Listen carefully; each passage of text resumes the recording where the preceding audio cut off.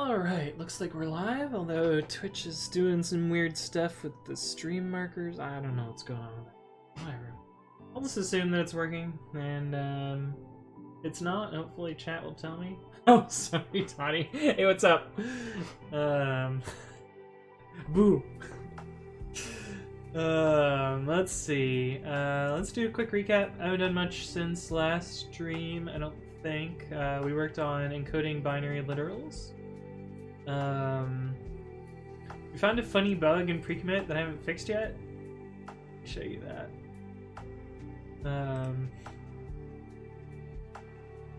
Apparently there's like a micro bug with the shallow fetching, shallow clone stuff, and it causes some pretty silly things to happen.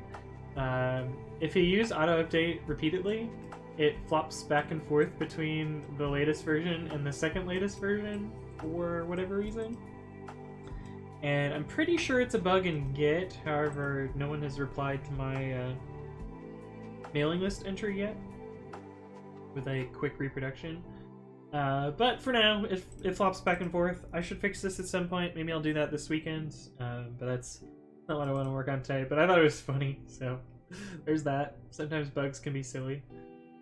It is kind of unfortunate that auto update is sometimes downgrading versions, but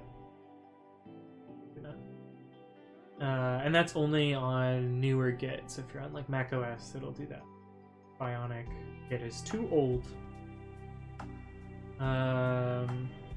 Another cool thing that happened in PyTest, I didn't really do this, I just reviewed it. PyTest has started adding type checking with MyPy, so soon we'll have type annotated PyTest. You'll be able to use that in type checked tests or whatever. Oh, and I found a little bug in PyUpgrade, where if you had syntax that looked specifically like this, like it had to have a trailing comma here, and these had to be on a line by itself, it would leave the comma behind. A quick, easy fix that I just did in my free time. And the last one was a bug in PyCodeStyle, where if you wrote a type annotated function that used ... as your default value, PyCodeStyle would report this as line break after binary operator, because it didn't know any better, but it assumed that this was a binary operator. What is MyPy? MyPy lang.org. MyPy is a static type checker for Python. It originally was a syntax extension for Python, but now it's been incorporated into Python 3, and there's type comments for Python 2. But you basically annotate your arguments and your return values, and you can do it for variables as well. On here. And it will inference all the types and validate that they're correct to some extent. It's not perfect, it's gradual typing, it's pretty good about it, but it's a neat little tool to add another level of kind of assurance to your code being correct. But if you provide type annotations in your library and someone else uses your library, it'll help them type check their code. Anyway, that's MyPy. That's this and that's basically all the stuff that I did since Saturday. Right? Yeah, maybe? Yeah, I think that's all I did since Saturday. Which is cool, which brings us to what I wanted to work on today. So there's this cool thing called restyle.io. Is this the right website? Yeah. And so what restyle.io is it's a Github-bot? Sure, it's a Github-bot. You hook it up to your repository and put a little configuration file, and anyone that contributes a PR that doesn't adhere to the style, this bot will come along and it will make a pull request into your repository with style fixes on it. And it works with like checks API, and like it'll just reformat your code for you. Anyway, that's how it works. Oh man, That is a lot of people. I don't think I've ever seen this many people on a single stream. Thank you, Mike Sai, for the raid. Holy smokes. Hello, hello. Unfortunately, I just got started, so I can re-explain what I'm about to do then. Hello, friends. So, back up a little bit. I'll explain again. Where's this emoji? MSCI Hey. Oh, here we go with the follows. What's up, Young Sherd? Thank you for the follow. Every follow counts. So the thing that we're working on today, or that I was originally working on, was adding support for a. Oh, this is gonna be a lot. Yo, what's up, Anarchy85 and Moo Fire? Thank you both for the follow. Every follow counts. And I'm gonna go out of them. It's Shag with the follow and Archaic Oath. Oh boy, I'm never gonna get through this, but we're gonna try. So I maintain a GitHooks framework and linter collector thing called Precommit. Oh boy. And thank you, Durgus and MVP Killer and Pete Zaria for the follow. What Precommit is it's a... Oh, that sound just gonna keep going off. Precommit is a linter installer and GitHooks framework that I created and maintain. You basically hook up a little configuration file and get a bunch of linters, and then it will basically install them and run them for you against your code. It's a food channel. Science and food. I'm an e-girl, thank you. Oh, sorry, Mike Sai. I didn't mean to assume. I'm apologies. Wait, what is Streamlabs doing? Streamlabs is replaying every single one of the follow notifications multiple times. And my music is paused. So if you get repeats, it's not my fault. It's either Streamlabs or Twitch. But anyway, I was gonna go integrate Precommit into we broke you, sorry. Yeah. Well, it's Streamlabs' fault, it's not my fault, so I'll let them happen. Thank you, Spent Brass 45 for the 14 bits. Bleed Purple 1 times 14. Oh, and then a bonus one, nice. But yeah, I went to... Oh, this is never gonna end, is it? It's just gonna keep dinging. Well, whatever. We'll let it keep going. So I was gonna integrate Precommit into restyled.io, which is a GitHub-bot that will reformat your code for you automatically and supply PRs to your contributors.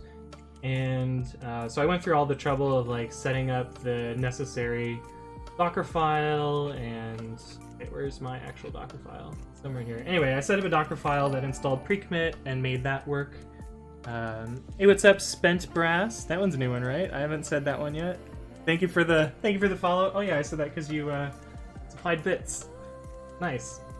So I went to set up Precommit, and it turns out that Restyled.io doesn't quite support Precommit because it does some runtime installation of things, and Restyled.io requires no network at runtime, so that didn't quite work, but I felt sort of inspired to contribute to this project because it seems like a cool thing.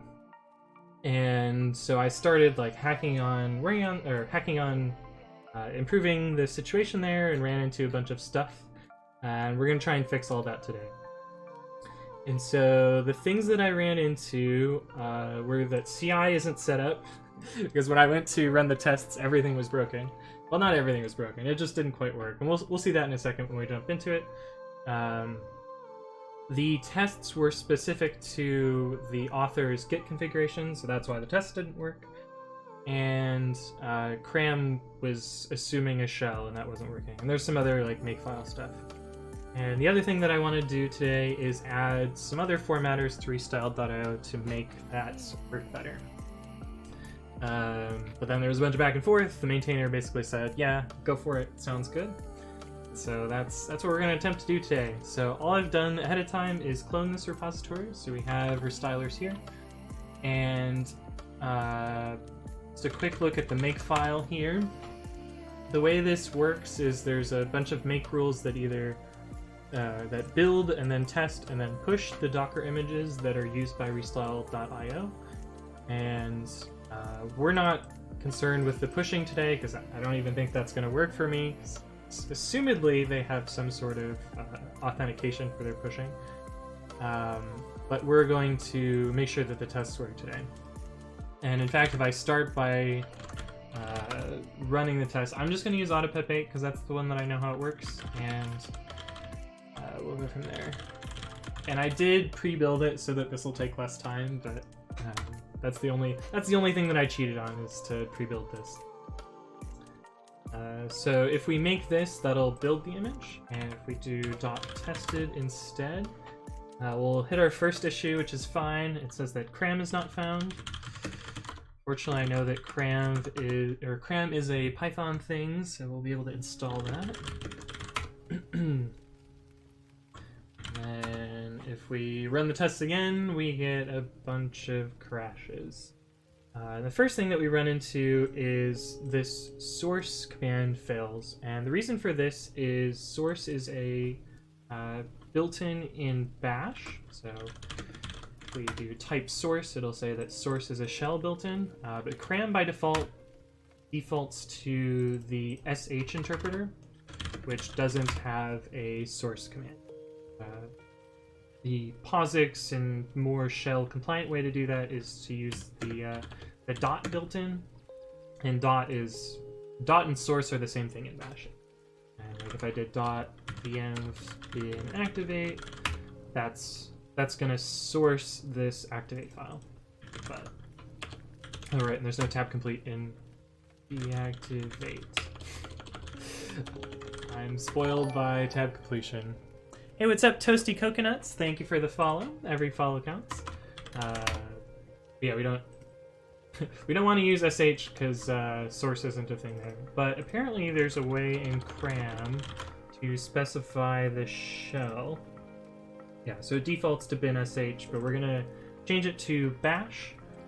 And so the fix for that is to just find cram in here and change that to shell equals bash. So then if we make this again, this should hopefully work. So we at least were able to get past the place where it crashed before. But now we get to the second problem, which is this output was dependent on the original maintainer's Git configuration. The standard Git configuration is to use A and B for the left and right hand side. Hey, what's up, Juan? How's it going? How's your, what is today, Thursday? How's your Thursday going? But yeah, the standard Git configuration is A and B, but for whatever reason, their configuration was I and W. Assume there's some convention around that, but I don't know anything about that. But the thing that we have to do here is prevent the Git config from changing this output. So I'm going to try and figure out how to isolate the Git configuration. I think, actually,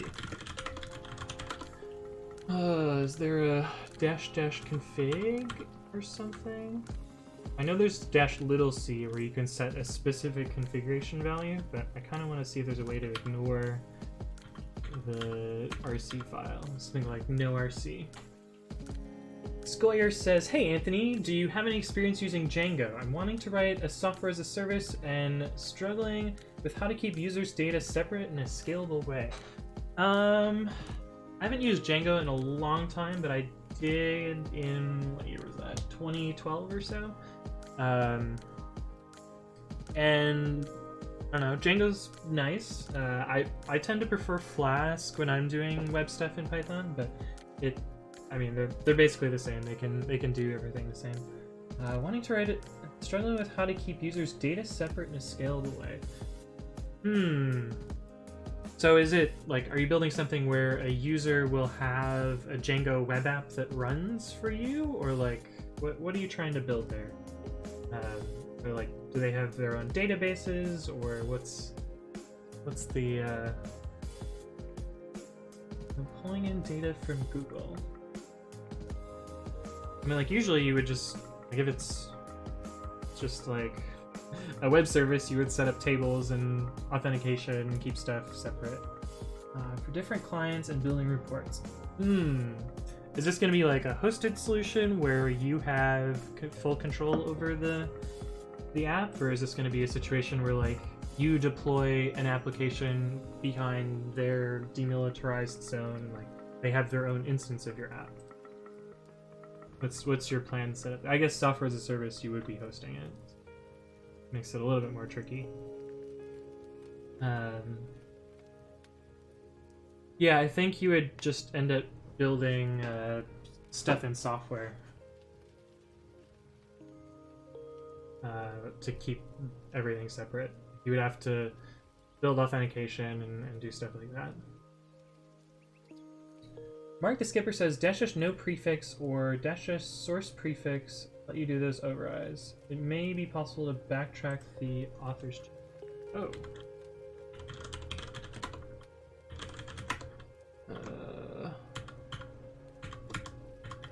Well.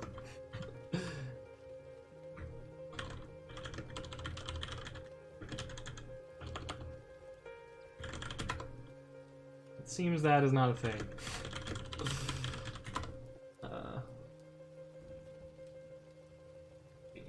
Ignore git configuration.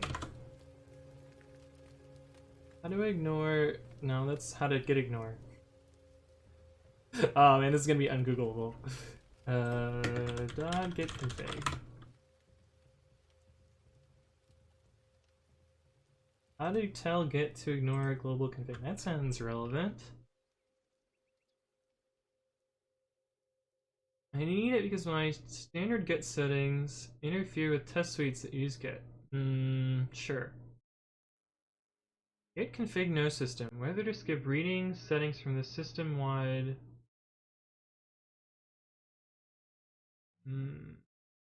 Seems close to what I want. Is there another setting for this? So that seems to skip etc git config.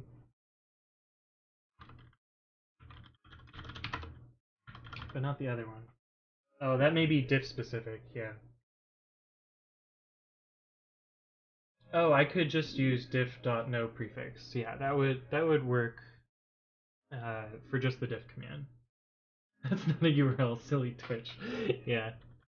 So I could do like git -c diff. I mean, there's probably diff.prefix. It was source prefix and des prefix.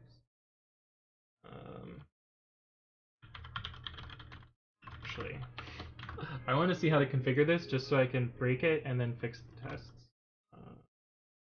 Git configure diff prefix.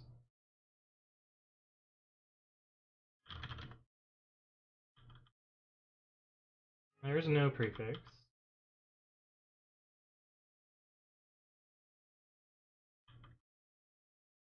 That's not what I want.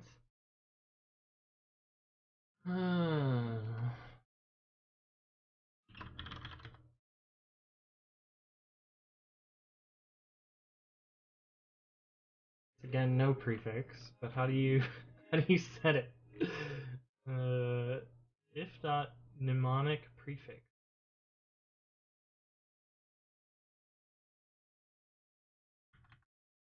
What does that do?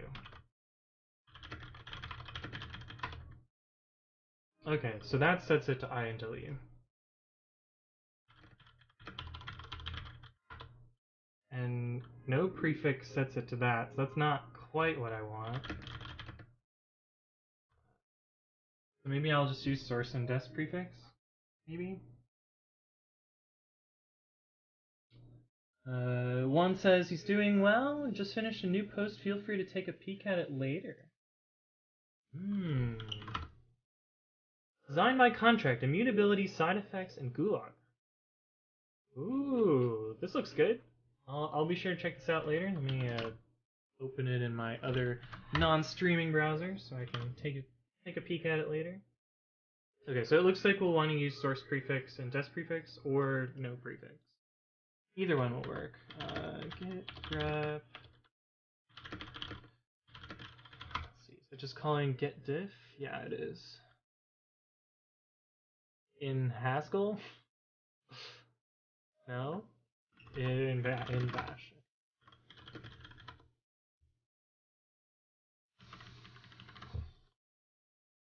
Let's just do source prefix. Actually, the easiest thing to do is to just use I and W. That way I don't have to rewrite all the text. Is it I as source? And W as test?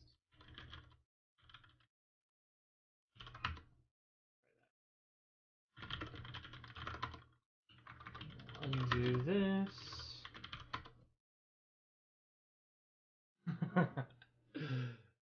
Invalid option. Is it DST and not DEST? It is.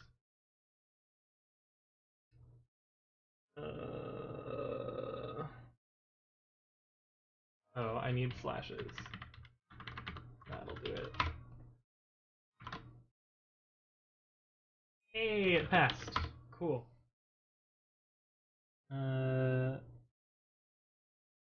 I mean, it's software as a service, so you're the only one with the access to the database. Why do you need to do anything? Oh, I see. Yeah, we're talking about the software as a service app. They're authenticated on the app, so you know their ID, so you query by that. Yeah, that would just like you would associate their data based on user, and that would be a reasonable way to do it.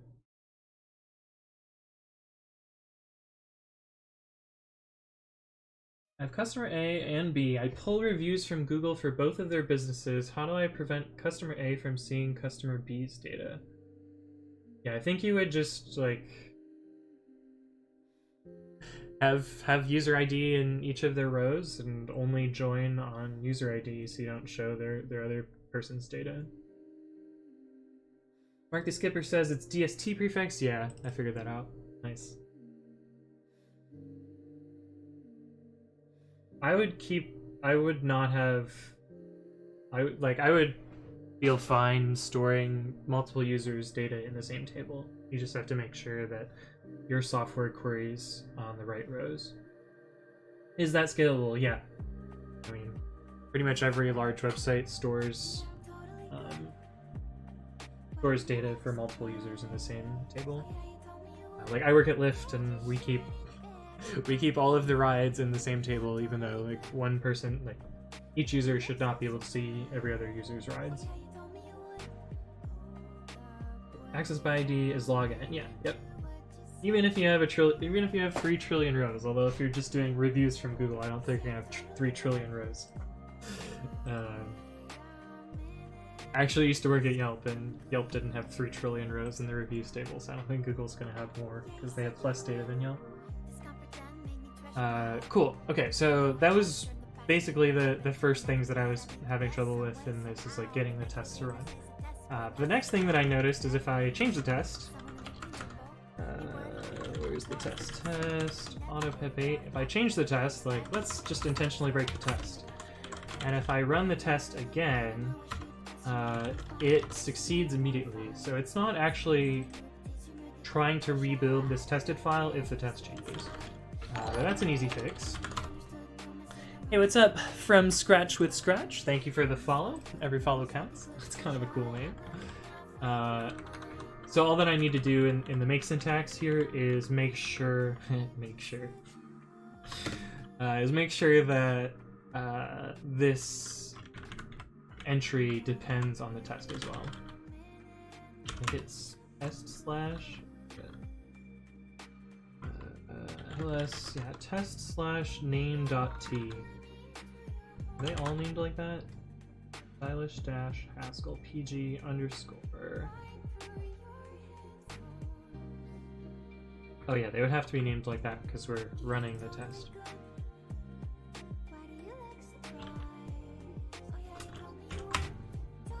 Now if I run that make command again, it should rebuild and then fail. Which it does, which is awesome.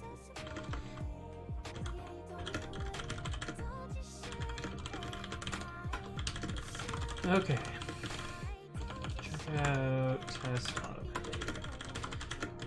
Okay, so that was the first thing that I want to do, just to make cram work properly, fix the makefile thing, and fix the diff thing. That was the first step, but the next step that I want to do is to set this up with CI and make sure that this builds properly and can have some sort of continuous integration. And I had some like crazy ideas for it, but I wasn't super set on how I was going to do that. But I'm going to set up the CI first and then go from there. I'm going to be using Travis CI. I have been recently switching all of my stuff to Azure pipelines, but it's harder to set up Azure pipelines for someone else than to just be like, hey, flip this switch for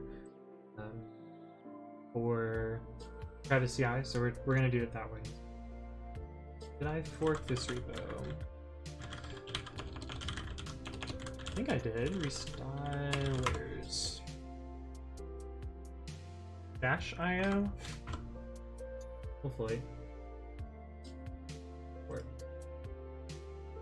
Yeah, I didn't fork it. We're gonna have to wait while it syncs my account. And this finishes. You can catch up on chat while that happens. Let's see. Chicken Salad PhD says, at work I'm getting close to int max value in my important table, so I'm gonna cry. Oh, yeah, we actually, I remember at Yelp we hit int max for our test results table, and we had to do this like crazy migration where we switched from 32-bit integers to 64-bit integers, and oh, that was a mess. Basically, all development halted for a day because no one could get test results. I think in the end what we ended up doing is just like truncating the last like million rows, or the first million rows, maybe it was the last million rows, I don't remember, to like unblock people and then did the database migration later.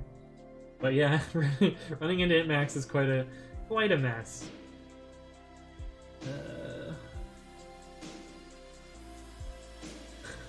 No offense, but with the level of knowledge you have, you'll run into lots of other performance problems first. Just start writing code. You'll learn as you go. Yeah, that's kind of good advice. Like if you're trying to think too hard about performance up front, you'll waste a lot of time spinning your tires and not actually getting anything working. It's good to like think about some of those things, but you don't want to bottleneck yourself into a specific solution before you actually have anything working. And a lot of times, if you do that, you'll burn out on the whole project and never complete it anyway. So this synced up, so I'm just going to enable this this run with Travis CI, and we'll set up a Travis config for that, which I haven't done in a while, so we'll see how that works. I'm pretty sure it should just work. We're going to be using Docker because that's what Restylers uses. Let's see.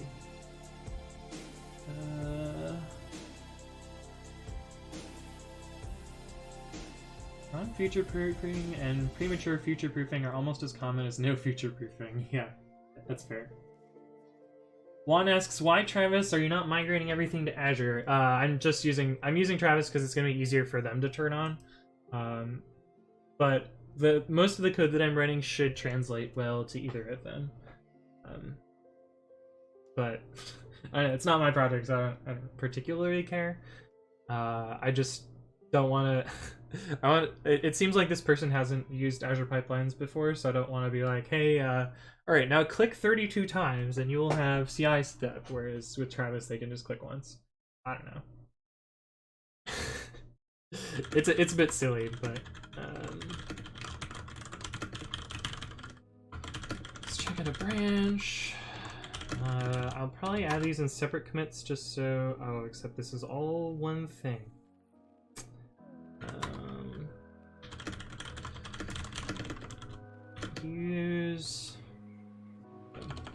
Ignore user configuration for diff prefixes. So I'm basically trying to have atomic commits here, so I'm gonna cut out parts of it and then put it back later.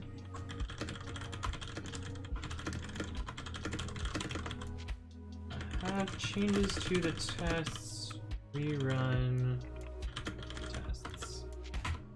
Sure.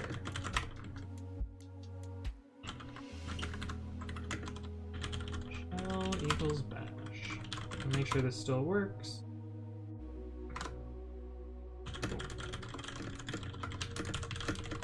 use bash when running cran to oops, and that's gonna need single quotes, source works. Okay, so now we're at the point where we can start working on CI. I have a little helper here called github fork, which forks the repository for me and automatically adds an upstream fork. I find that I do that operation so often that it's easy to just like have something quick that does that for me. Mark the Skipper says it's frustrating how many databases there are out there where they've not turned on any kind of indexing and things get hideous fast. Yeah, indexing can help a lot.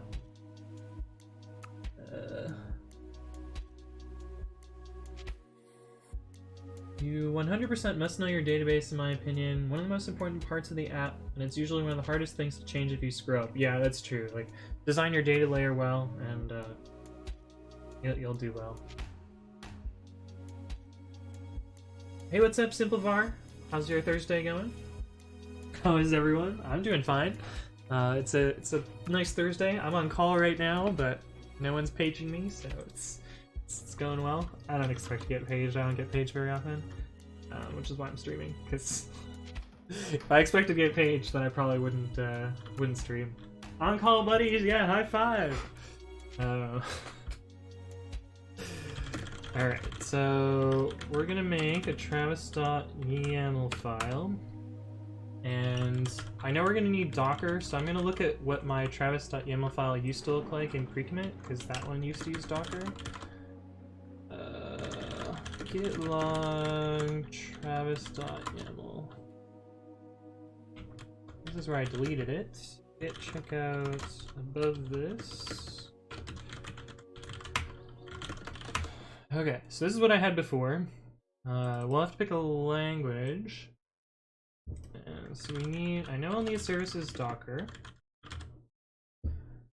I don't know what the language is gonna do for me, but let's just start with language Python, and we'll change it if we need it. We'll have a matrix because we want. I think what I want to do is make it run different make targets for every file or every what are they called? Every restyler will have its own separate Travis job. So we're gonna do that with the matrix setting. Let's see if this person uses 2 space indents or 4 space indents. Looks like they use 2 space indents, so I will appease them and go with 2. I like 4 spaces, but we'll go with 2 spaces. I've heard that I'm a bit of a Satanist for liking 4 space indents in YAML, but so sue me.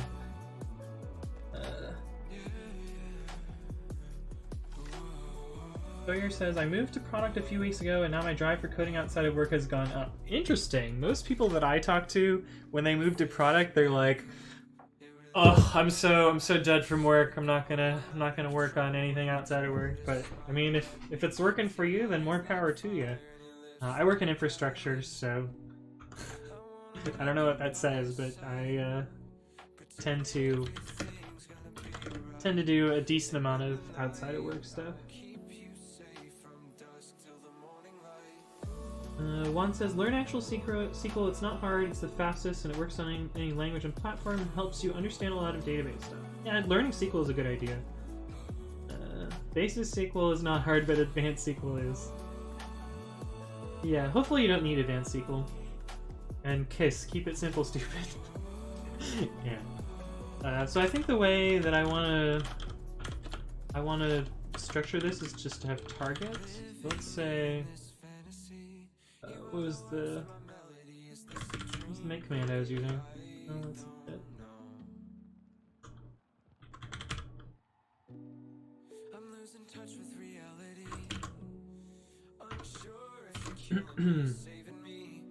And I kind of expect this travis.yaml to drift from the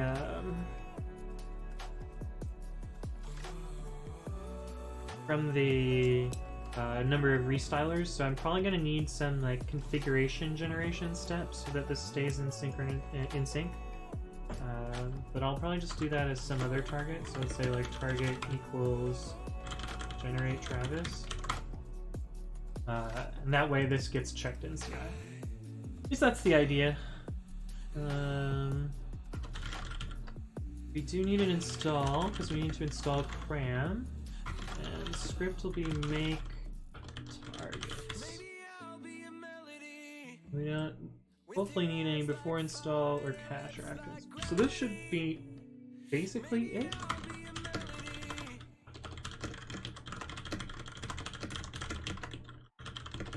So let's see if this if this works at all. Git push hastily head.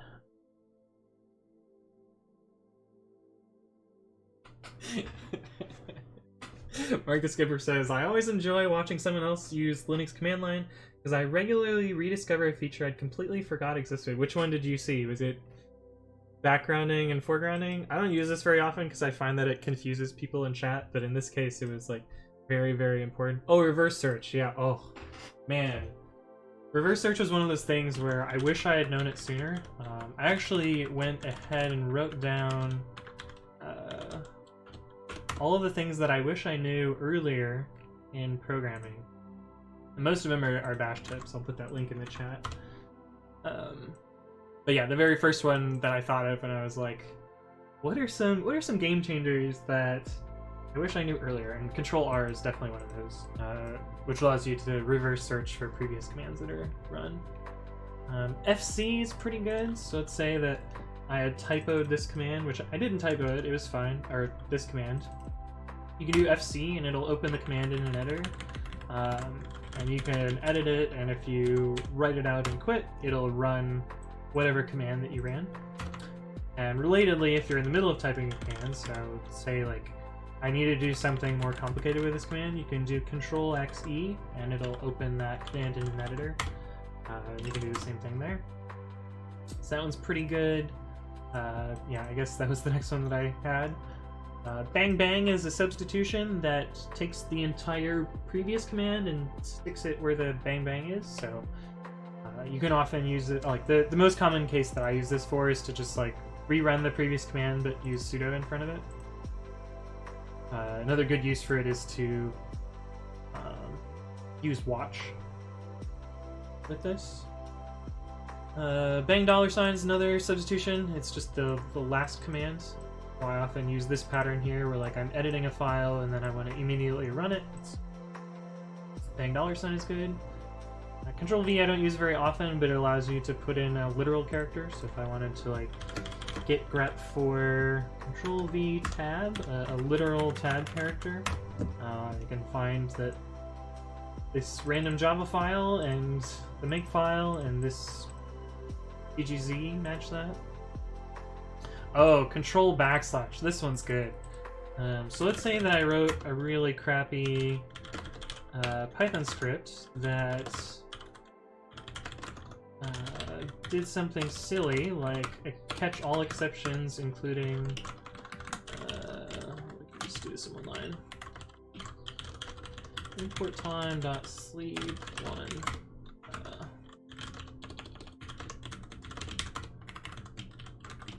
So if we wrote a silly Python script that used a blank except, which will catch all exceptions, including ones that should terminate a process, and we were to run that, if I run Control-C and like want that to kill the process, Control-C doesn't work. But if I do Control \, that sends sigquit, which causes a core dump, and sigquit very rarely gets caught by processes, so it's often a way that you can kill stuff harder. The other one is Y. So if you're on a GitHub page, let's say I'm on the source for pre-commit, I very often like want to like select some lines and send them as a link to someone. But if you look at this link, and maybe you can't see it because it's kind of small on stream, but this is a link to master, and it's possible and or likely that the code above this selection changes. And so this might not refer to the same code in the future, or even the code in the selection. But if you press Y, it automatically changes master into the revision that you're pointing at, so that you can send a permalink to this. And the very last one is a trick for SSH. So sometimes if SSH gets stuck, which I don't know how to demonstrate it getting stuck, because usually it's like a connection drop. SSH has this secret menu where if you do shift tilde and then question mark, there's a bunch of escape, or I don't know what they call them, like chords that you can send to SSH and have it do stuff. But the important one is tilde dot will terminate, forcibly terminate the connection. This is sometimes useful. Apparently you can do a bunch of other stuff. Know that I've used any of these other ones before. But anyway, that's my list of pro tips. I think the most typed command I have right now is just configure or make. Nice. Yeah, when I worked on more C and C++, I definitely had the same situation. Hey, what's up, JL97? How's your Thursday going? Oh, did I push? I don't even remember. Git push. Yeah, I did push. So I know I pushed. That was one of the commands that I edited. Let's see if it ran.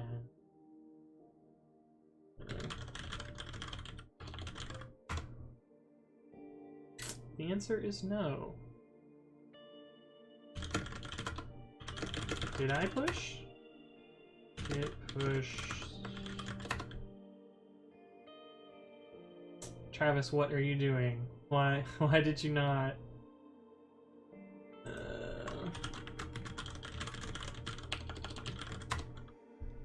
I do this wrong? This branch has a Travis.yaml. Oh, trigger builds branch. Why does it not let me pick a branch? Okay, I guess we'll just push as master and maybe that'll work.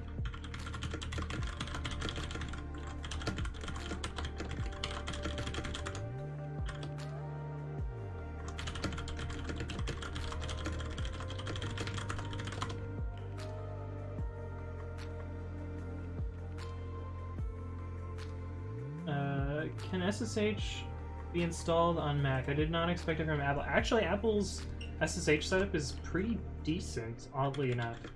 The only reason I actually hate Macs. The only reason that I have a Mac is so that I can run builds for projects and open source. I have no other reason to own a Mac. I guess other than work. I'm given one. But this is a Mac Mini that sits in my living room. And I SSH to it and test stuff on it, but other than that, it's just a machine that sits there and does nothing. But the VNC, but Apple actually has a decent setup for SSH, and it's built in without needing any special setup. Yeah, so you just set up this remote login, and it runs SSHD for you, which is pretty neat. But I quit this. So now, did that trigger a build? No?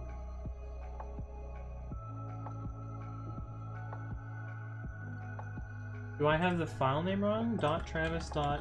No, that's right. What is going on? Why is this a beta feature? I feel like... Oh, there we go. Could not parse. Okay, because it's not valid YAML. Because I forgot a colon here. See, I'm spoiled by precommit, because precommit would have told me this is invalid YAML. Try repo.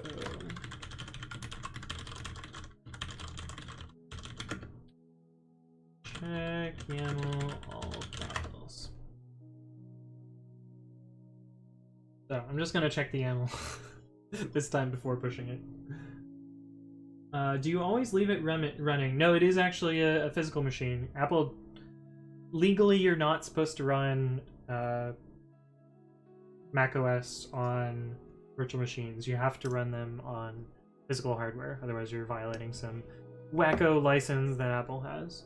But I do have a physical device. I can just VNC into it, so I get like a virtual display for the machine in my living room. Okay, so the YAML is fixed now.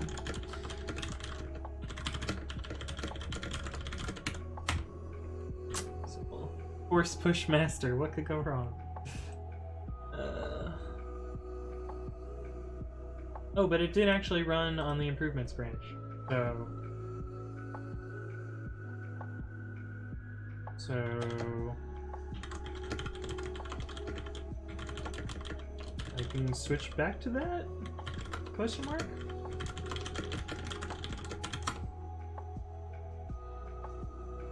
You can totally run macOS VMs, but only on another Mac device, yeah. I actually used to have, I wonder if I still have it, not so legal, like reverse Hackintosh virtual machine. Let's see, D, VMs, oh, I must have deleted it. Oh, is it in my other drive? F VMs? No. Oh, I clicked on the spinning media. Oops. My computer like super lags whenever I click on my spinning drive, because usually it's off because I don't access it very often unless I'm doing backups, but otherwise it freaks out. Hey, there we go. I'm not familiar with this view, but it looks like this shouldn't have succeeded. But this is the build for AutoPip8, so that should run. This should fail because I didn't make a target for generate Travis. So we'll work on making this target happen. Let's see if this succeeds. It looks like I can use the improvements branch now, though. So now, yeah, I can delete. Git checkout master. Git checkout origin.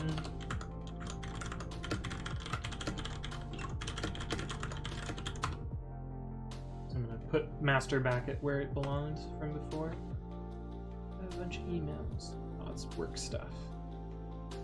Work junk. I need that right now.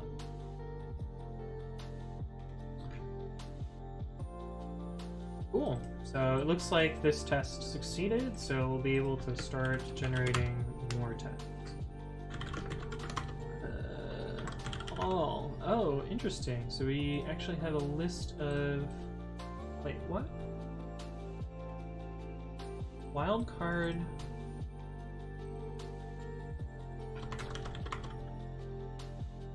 Alt-V tab?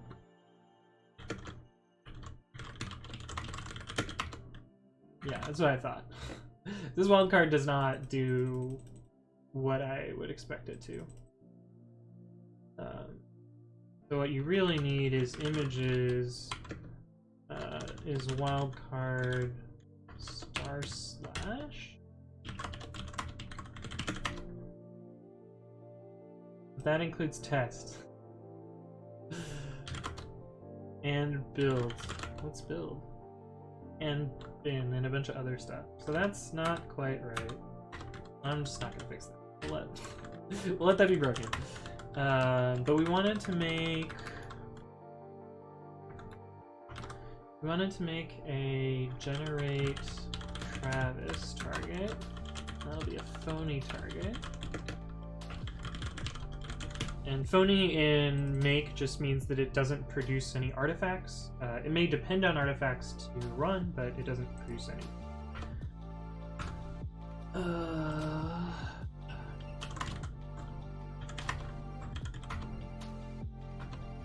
How does this work?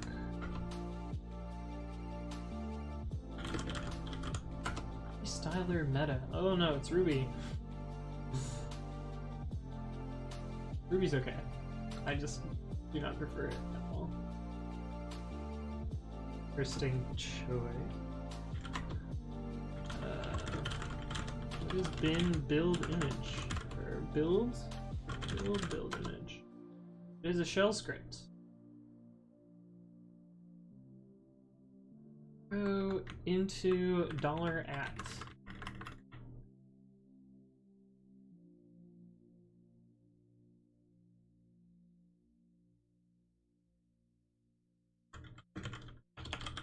Get used?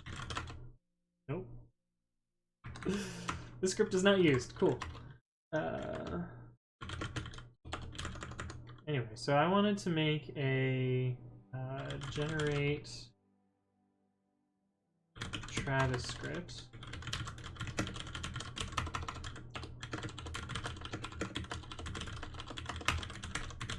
And I'm just gonna do it with Python because that's my poison.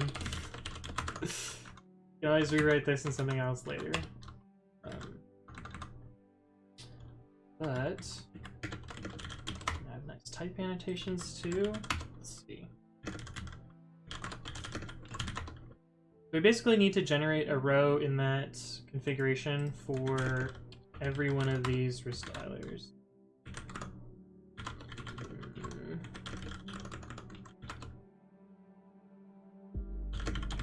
Am I in the wrong branch? Yeah.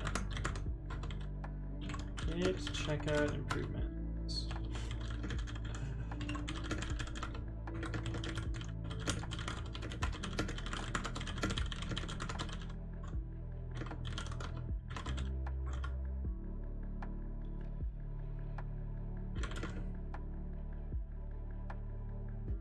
What was I doing? So I guess I could find all .t files. That would be a way to make that work. But then only if your thing is tested do you get built. Let's do that.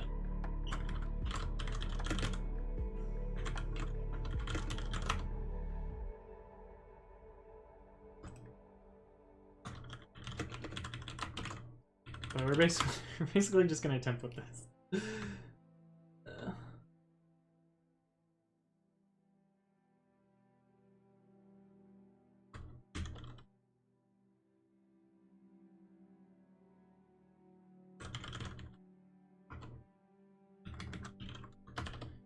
We're gonna use this as our like YAML template here, and we'll insert targets based on this.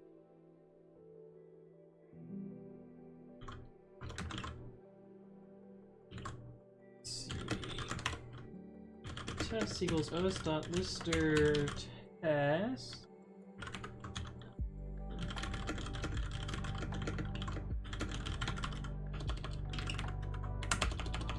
Short variable names, who cares? Dot ends with .t. Rage AU asks, is this what you do for a living? I wish. If I could just work on open source for a living, that would be awesome. My real job, I work at Lyft. Okay, this is just a dude's face. Nice.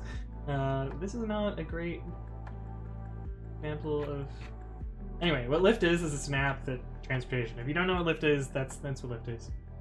But I work as an infrastructure engineer on the developer experience team. So I build tools and software that make developers productive, or at least, at least I try.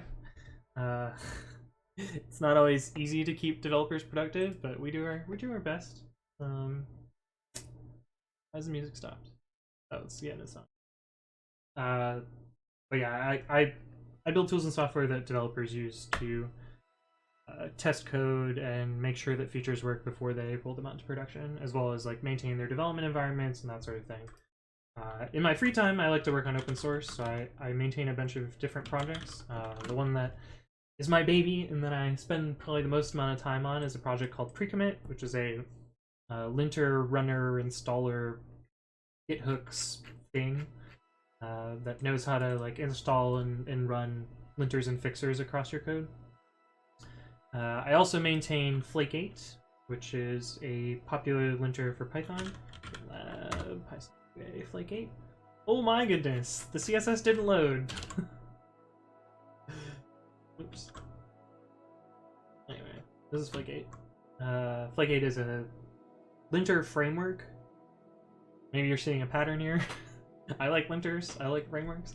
I also am one of the maintainers for PyTest. PyTest. And PyTest is a testing framework for Python. And I'm also maintainer for a bunch of other stuff.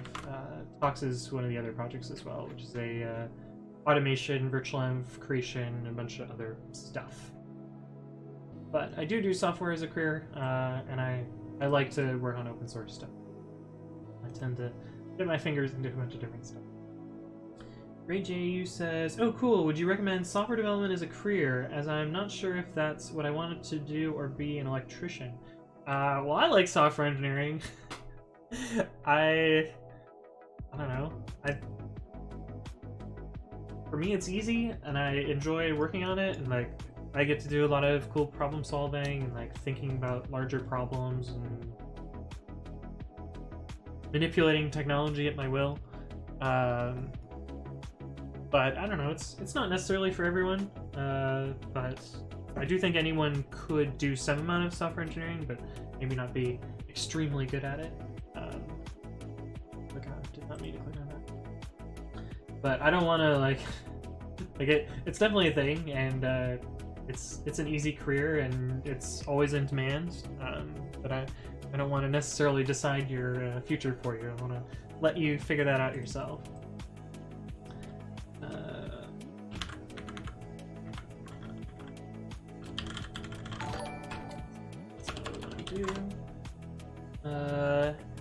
Hey, what's up, Mark the Skipper? Thank you for the follow. Every follow counts. Does bit manipulation get you going? Oh, yeah, I love twiddling those bits. You know me.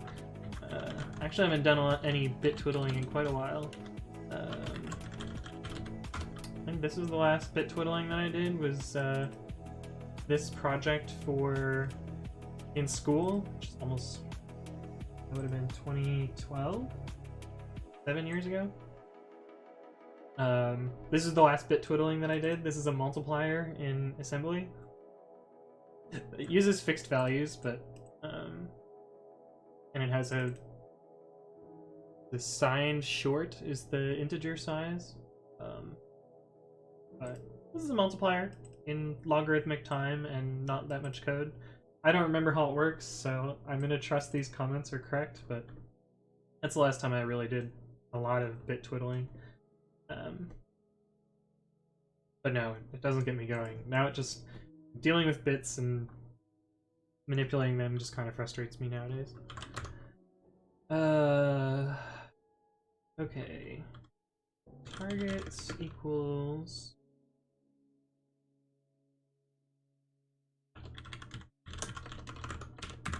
join these, and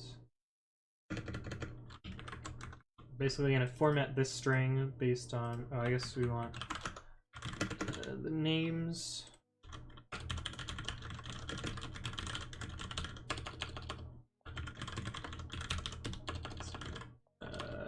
Auto pep8.t. Base name is not what we want. If we want split x 0.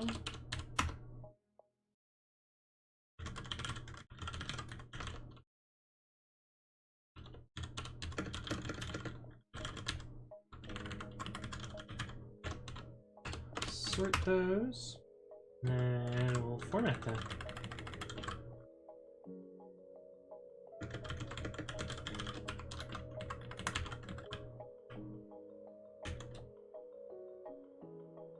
Name / dockerfile.tested for name in names. Contents equals this template from above.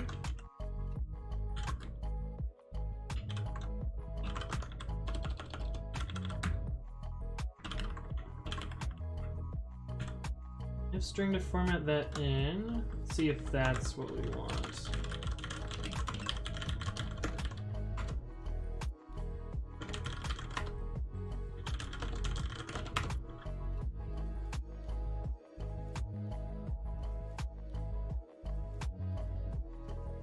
Seems right.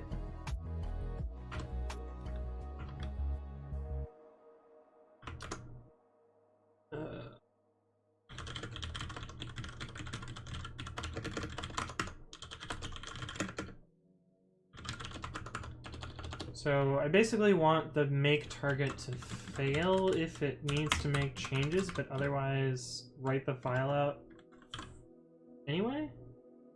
That way we can check it in CI, I guess. If orig contents does not equal contents.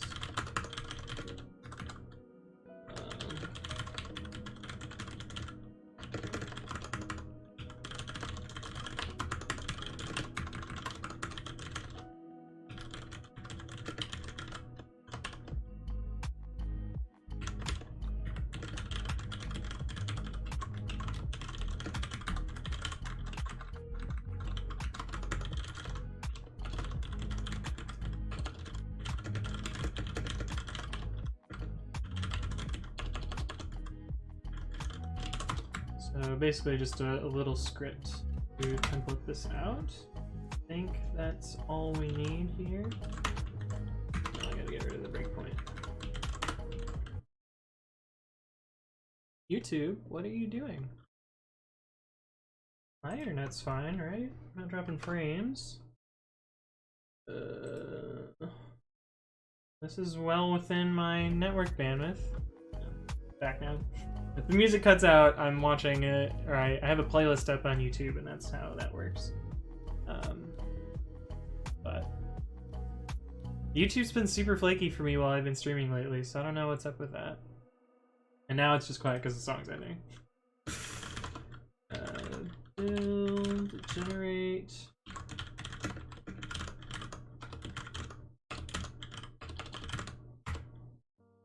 Not writable. Forgot to open it in writing mode. Cool.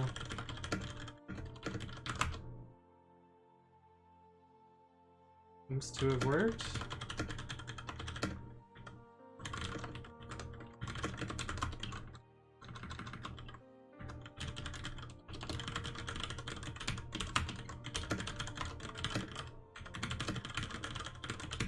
Cool, so we run this, and I don't typo standard error.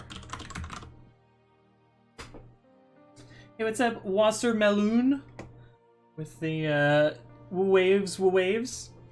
How's it going? It's going well. It's Thursday, can't complain. I'm on call, I'm not getting paid. Working on code. Shame you can't put YouTube on audio only mode for network. Yeah, that would be nice. But I think I know why, because then they wouldn't serve any ads.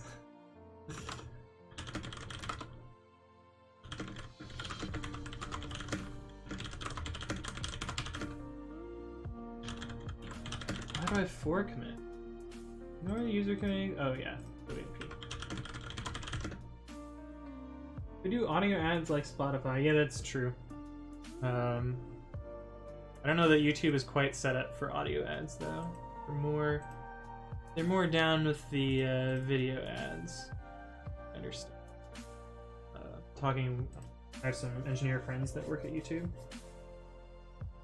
Don't know if it's worthwhile though. No click through. Yeah, I don't actually know what the like monetization payoff for Spotify is. I can't imagine it's that much. Honestly, whenever I watch Spotify, like 90% of the ads on Spotify are ads to get Spotify Premium, which like. It's like being annoying is a workable strategy. Add Travis CI integration.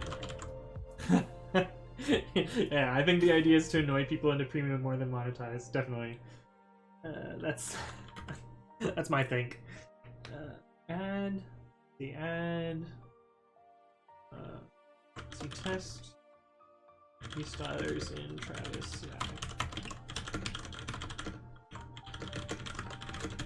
Alright, so we'll let that run, I guess. Lift stuff, go away. Did it push? What are you doing, Travis? Figure it out. Oh, there we go. Okay, so we have all these targets now, in theory. We can probably do something clever to skip some of them, but seems seems fine for now. We'll let this run. How long have you been programming / using Python for? Oh boy. Let's see. I started programming when I was like 10 years old, which was around 2001. Mostly to cheat on math homework, because one of my first programs was a quadratic formula solver, because I was so sick of typing in that -b plus or minus the square root of blah blah blah blah blah blah.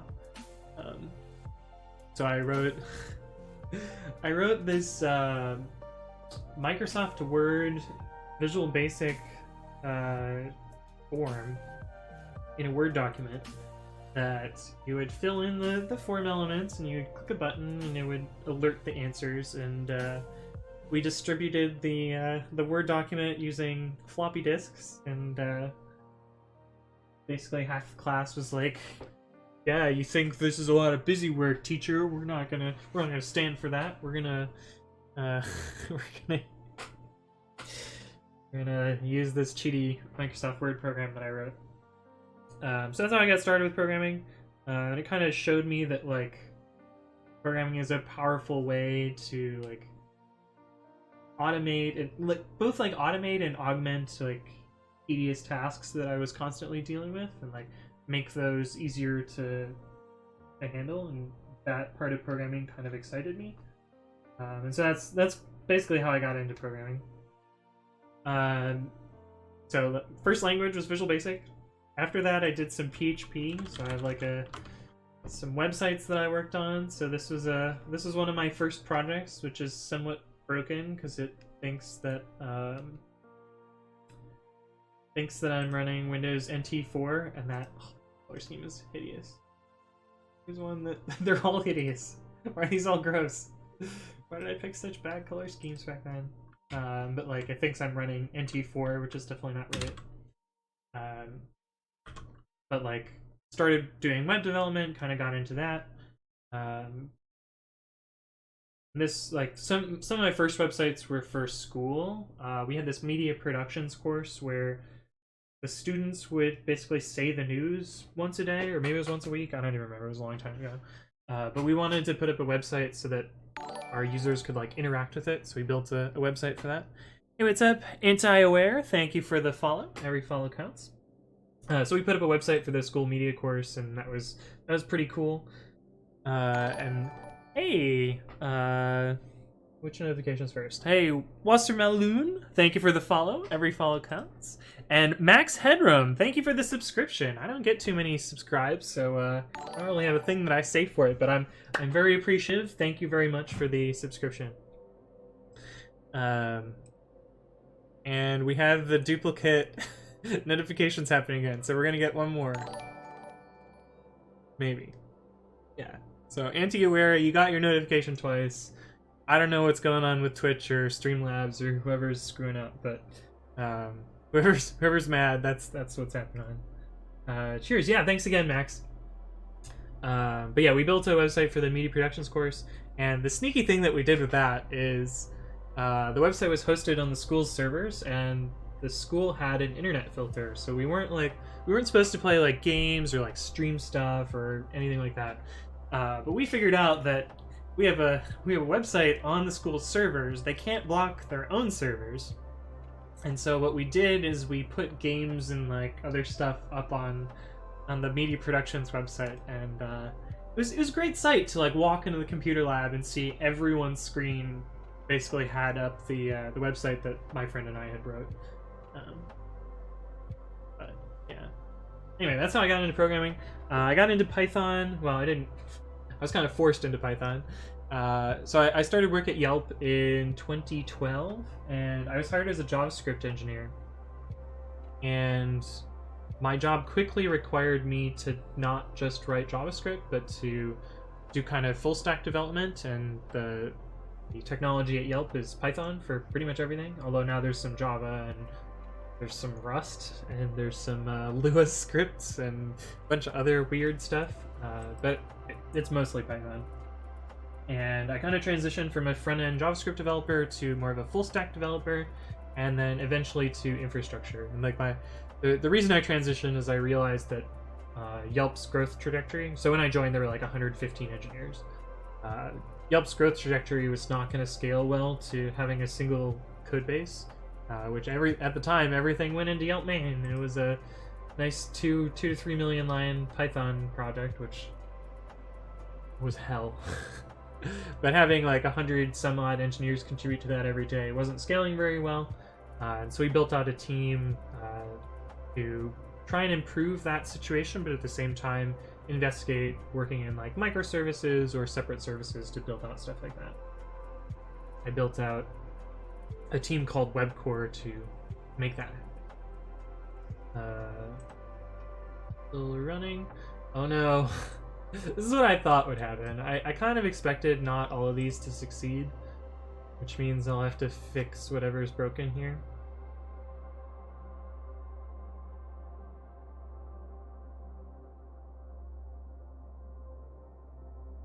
What changed here?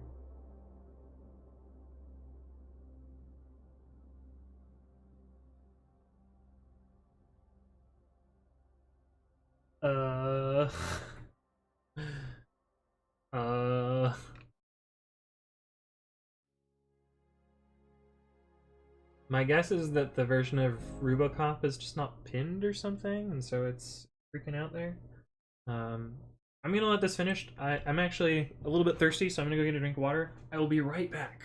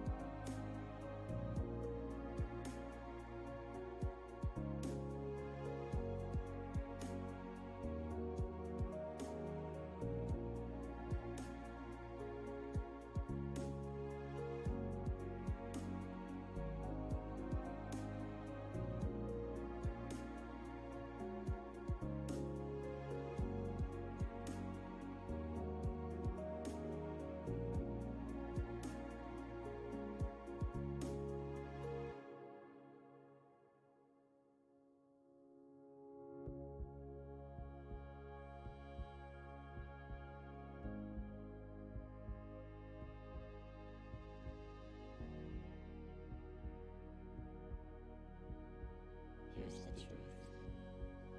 Somehow you can hate me. I don't love you anymore. I don't want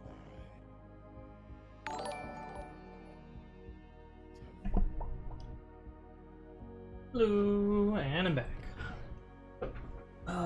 Oh boy, lots to read. Every computer class was like that somehow. 20 kids playing Red Alert. Yeah. For us it was Doom, I think.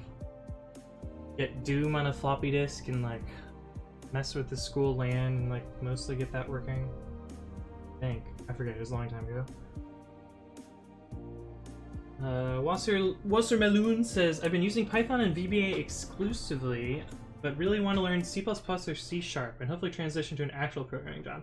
Oh man, I love C#. Such a good language. I wish I could write more C#. I rarely get the chance. Oh, I got a follow notification while I was gone, sorry. Hey, what's up, FirmLol? Thank you for the follow. Every follow counts. Yeah, I wish I could write more C# because it's such... It's a very nice language, and Visual Studio makes writing C# just so good. So good. C++ is a good language too. It's a little harder to get into, I guess. Just like it's a little bit more like there's a lot more to it than some of the other languages, but No, it's a good language. It's a good language to learn like lots of low-level fundamentals. Moment I do operations and planning for a logistics company. Interesting. That actually kind of sounds a little bit like the first job that I had. A little bit. My first job was at a company called Infor Global Solutions, which is a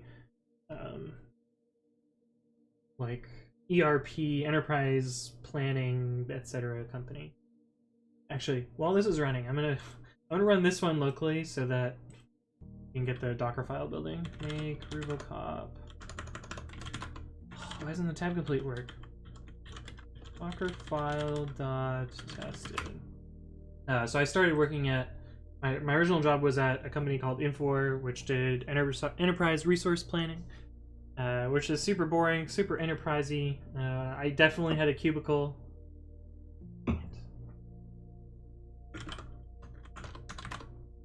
And I worked on well, I started in QA, but this was an internship, so this was a long time ago. I started in QA, and my intern project was going to be like 6 weeks of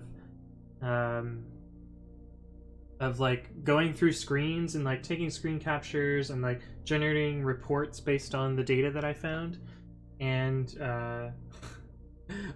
I was a little script kiddie, so I wrote some code to automate all of this for me and built this like web UI for visualizing the backing data structure things. It was the thing that made charts and graphs. And so I had a thing that would export the information about the charts and graphs. So I basically automated my like 12-week internship in like a week. And then they're like, you know, maybe we should make you do development work instead. And so I changed roles and switched to a research and development team, which was basically a team that execs would be like, I have this crazy pie in the sky idea. I don't actually know how much time it's going to be. Give me a time budget, then we'll cut it in half, and then give you half as many people to work on it, and then give us a prototype. And so I basically built prototypes for like 2 years, and it was pretty cool because we got to pick whatever tech that we wanted to use and like basically build whatever I wanted to build and however I wanted to build it. And so I learned a bunch of stuff, a bunch of different programming languages, a bunch of different tools. And even though it was enterprisey, I still got to like experiment with cool stuff. Yeah. Simplifier is currently healing from carpal tunnel syndrome. Oof, that sucks. I feel like I'm gonna get that one day. I'm actually really surprised that I haven't already because I have terrible posture and I've been using a crappy keyboard up until a couple weeks ago, and I cheat at typing, like all the things that should give me, and I spend all day on a keyboard. All the things that should give me carpal tunnel, I haven't gotten it yet. One day I'll end up with carpal tunnel.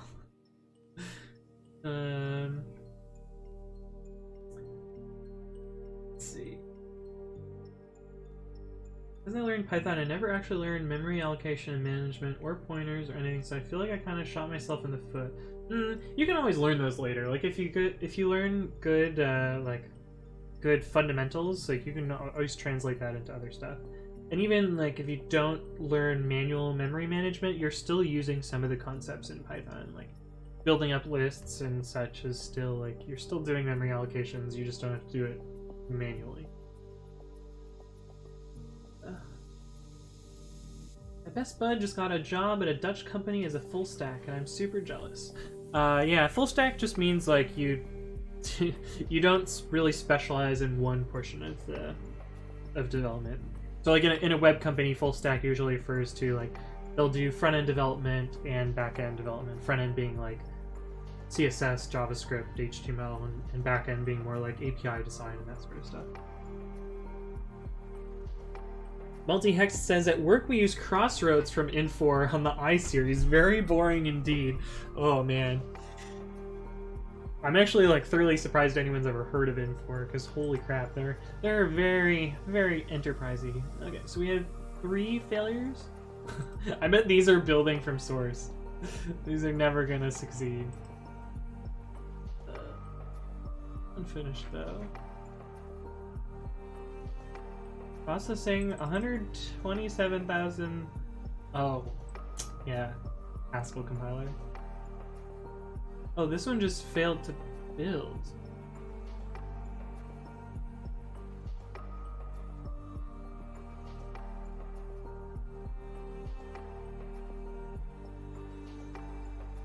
What happened here?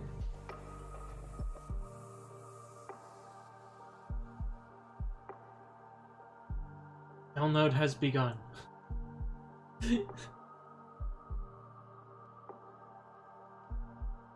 Exit failure -15 while running. I don't even know what this means.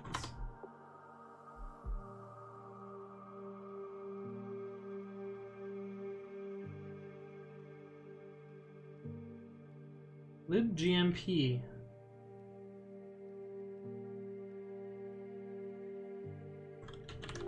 This is a different error. Huh. I don't know. I need an app to remind me to do all those hand/wrist stretches on the regular. Yeah. My posture was/is a lot worse than yours for sure. Oh, well, later in the stream I usually end up hunched over like this, and it's real bad for me. We also use MP2, which I don't know if Infor even owns anymore. I don't know that I've heard of MP2. Oh. Yeah, so the product that I worked on was a product called My Day. Which I don't even know if, like, they have this, like, tiny pager. It used to be, like, free demo is, no. And then I worked on info reporting services? Is that what it's called?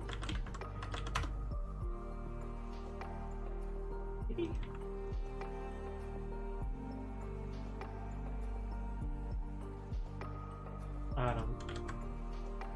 I don't remember. I think that's what it was called, but it was basically like reports and charts and reports for enterprise software stuff. Where does PHP fall? Is it for front-end web dev, filling a similar role to JavaScript? So PHP is a server-side language, so it's a back-end language, although you can use it to generate HTML and such, and so like it's also kind of a little front-endy to some extent, but it's more of a back-end language than it. And it's dynamically typed. It's a scripting language. It's similar to Python, similar to JavaScript, from like a programming languages perspective.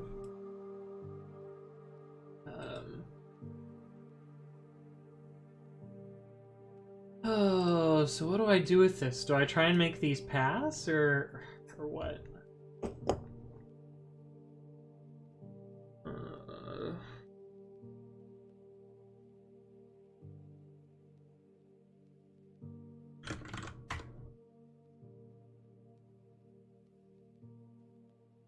If I just move this to the actual result, is that how I say, yes, take the new results?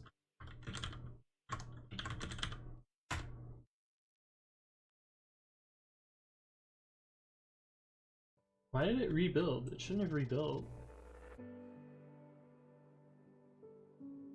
Why is it doing this?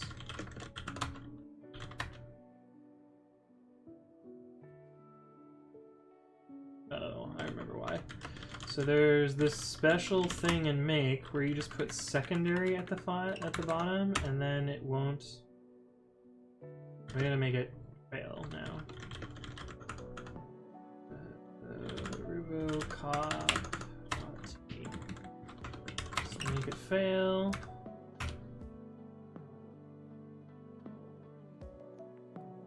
Did it rebuild? Okay, so now it doesn't delete the file. Is that what it was doing before? Yeah, before it was deleting the file.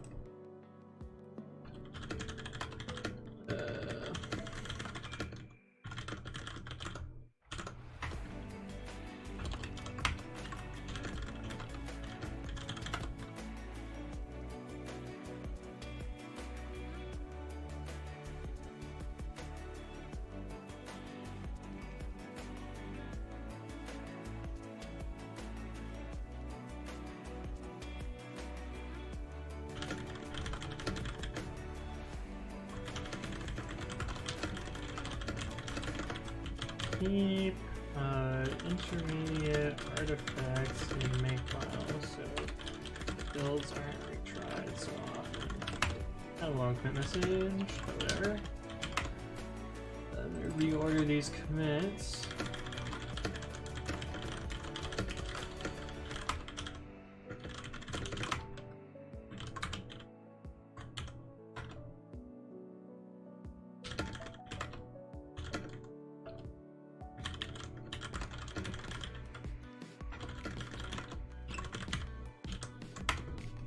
Just to make sure that this still works, we'll run that again.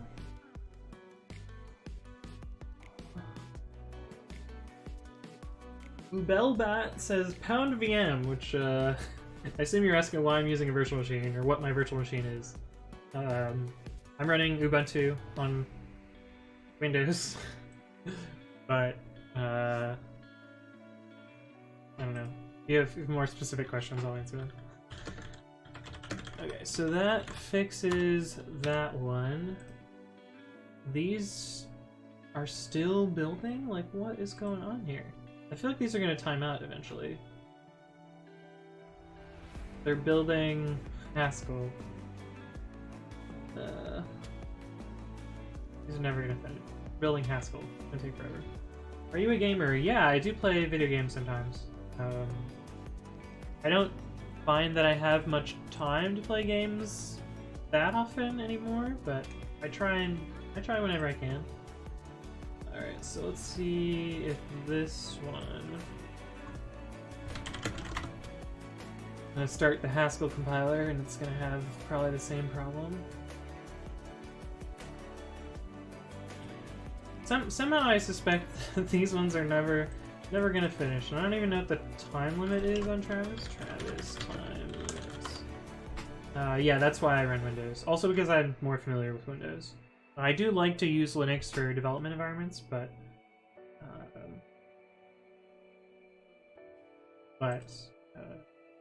most of my other stuff, like web browsing, etc., I'll use Windows. Limit. Build timeouts. It's very common for test suites to hang. No output for 10 minutes, that's not this case. Public repository takes longer than 50 minutes. Hopefully we'll be able to finish in 50 minutes.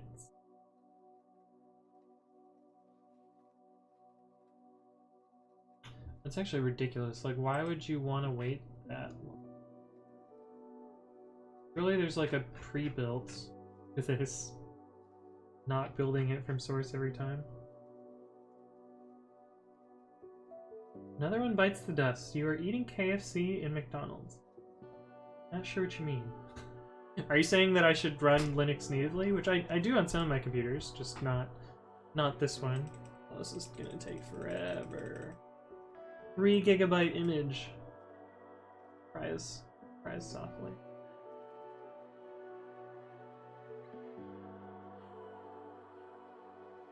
Anyway, we'll run that one. I'm not gonna run the Haskell compiler ones, even though I know this one is one of them. This one also failed. I don't know what this failure is. But we got the same failure on the other one. Huh. Whatever. I think this is probably good enough for that, I guess. But I can make a PR with that so far. And then I can start adding new fixers, which is what I really wanted to work on.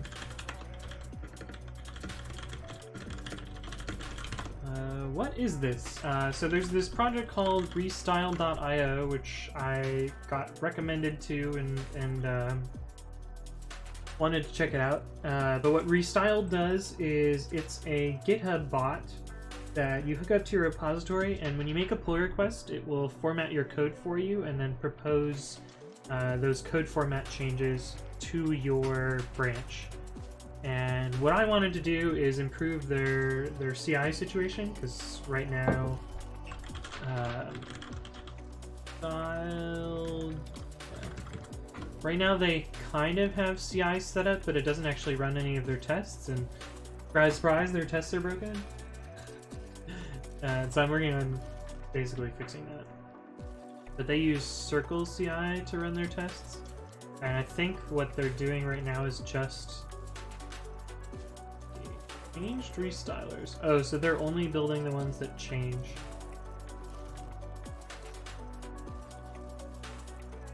Which maybe is a good thing.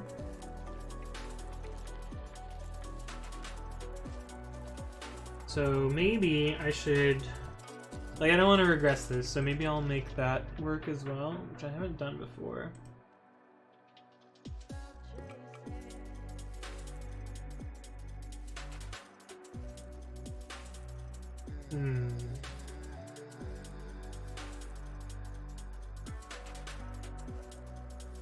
How would I do that?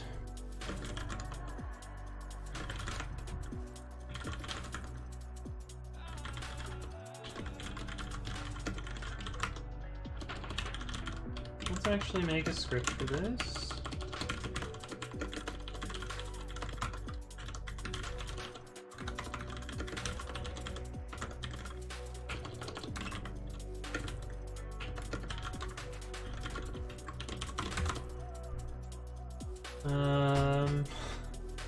We're not running this. I don't have time for that. But we need to change how this works then. You type faster than me. Yeah, I do type pretty fast. And I have years of practice. But we basically need to guard this target on whether it's been changed or not. If build slash is changed target, then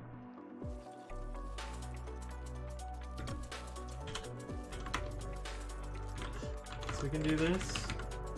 Actually tab it out so it's not terrible.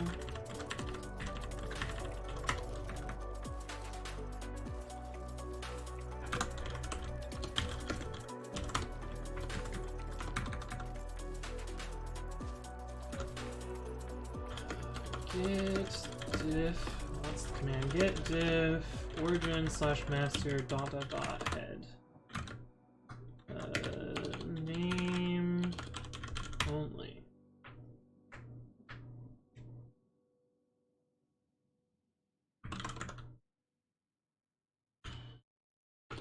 Actually, that's not right. Oh. Fix reproducible test. Origin master dot dot dot head name only. Okay, so that gets us our list of files.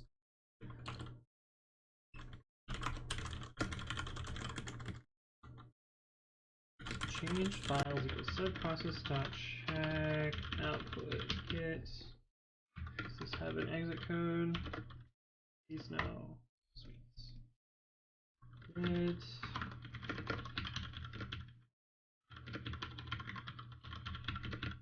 Origin master dot dot dot head. Okay. What the heck does arrow int mean? I've never seen that before. So this is a type annotation, which is new in Python 3. They're optional, and unless you're using a type checker, they don't really do anything. They can just serve as documentation. But I've gotten in the habit to using them with MyPy, which is a static type checker for Python. And so you can annotate parameters, return values. You can also annotate variables, but they don't show that here. We can see more of that in this pep here somewhere. Variable annotations. Hey, what's up, Phantasmal Cat? Thank you for the follow. Every follow counts. Where's the... That's not the right window. Where's a variable annotation? These are all parameters. So this is the old variable annotation, which is a type comment. But there's an actual syntax for it in Python 3.6. Oh, I guess it's in this other path. 526. Yeah, old syntax, new syntax. But anyway, it's gradual typing. It doesn't really do anything here, and I'm not going to be doing anything interesting here, so it's not all that great.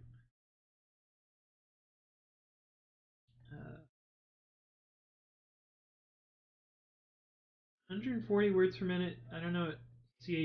Characters per minute. That's pretty good. Last time I actually tried to work on typing speed, I was only tested at 120. So you're probably still maybe faster than me. But when I'm typing code, it's only about like 80 words a minute. And honestly, you have to think about it a lot.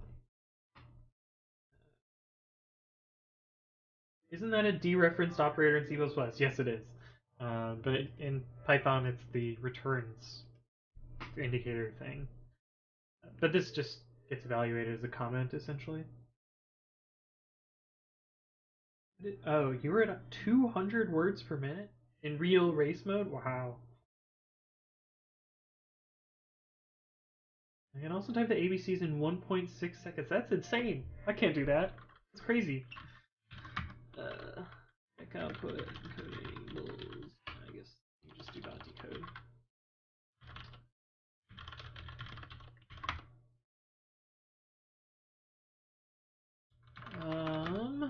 Let's see. So we should receive a target as our input. Sys.argv 0 base name equals if target is equal to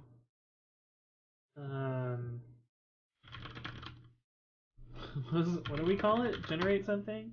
Generate Travis. So we always want to run this. Always want to run generate Travis. Turn 0. Target name equals os.path. Base name, so that'll give us the file name of target. And then os.path.splitx 0. That'll get us the name of the file. For file name in changed files, if file name in let's see, possible files equals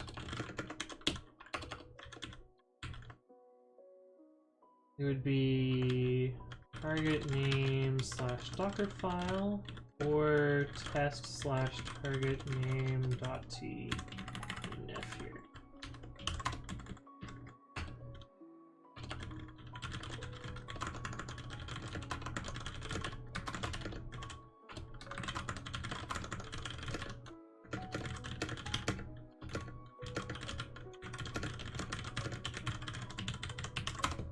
So this should be a nice script that skips stuff. This is they have this same script in Bash, but this is slightly better because it checks both of the relevant files. Oh, actually, we want to do this different. So if any file in this directory changes, we should probably build it. Let's see. If file name dot starts with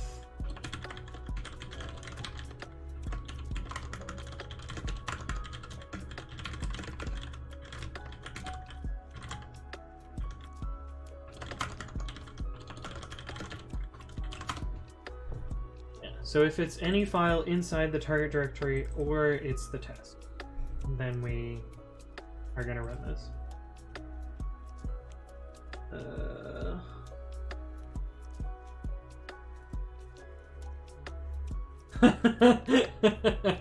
Wasser Maloon says, I can type a random assortment about 5 to 10 characters in 0.01 seconds. Yes, I can. So can I. Look at how good I am.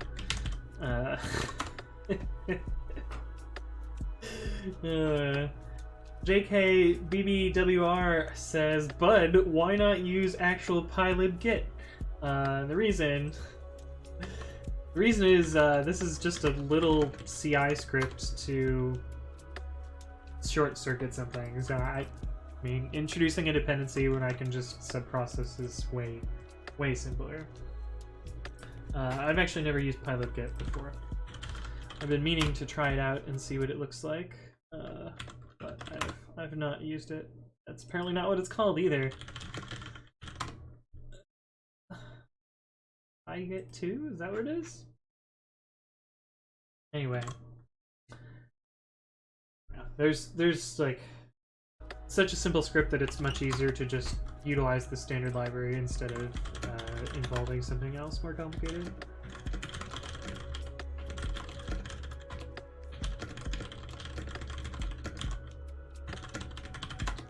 This should... oh, that's not what I want.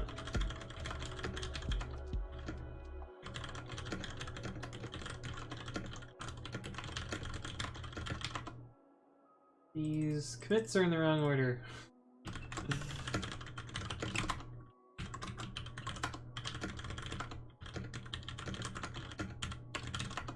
So that's the Travis one. So this should hopefully skip all the ones that we don't need to run.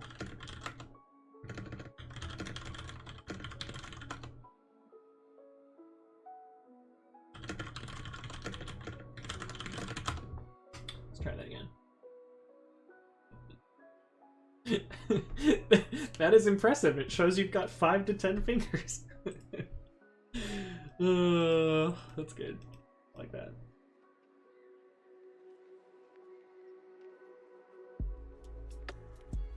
Did this finally finish or timeout? Oh, it did finish. We finally like 24 minutes and oh, this one failed. Hopefully, you guys hear that? Nope. Okay, well there's a car going off in the background, but apparently it's quiet enough that the microphone's not picking it up. It's a good thing. It's a good thing. Where's my builds? Yeah, so now these are finishing in like 16 seconds. I should probably make it print something so that oh, I forgot to chmod plus x.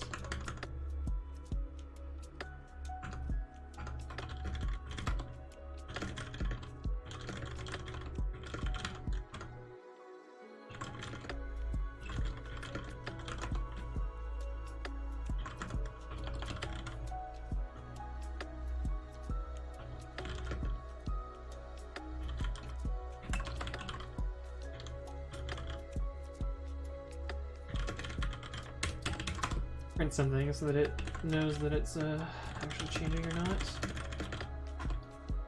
Simplebar says, oops, it's almost 6 a.m. Good night. Thanks for stopping by, Simplebar.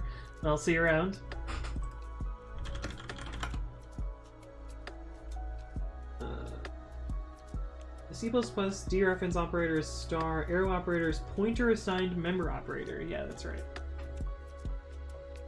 There we have the tech-savvy CPP hardcore fan. Yeah. I wrote a lot of C++ back in the day, but I don't get to write it all that often anymore.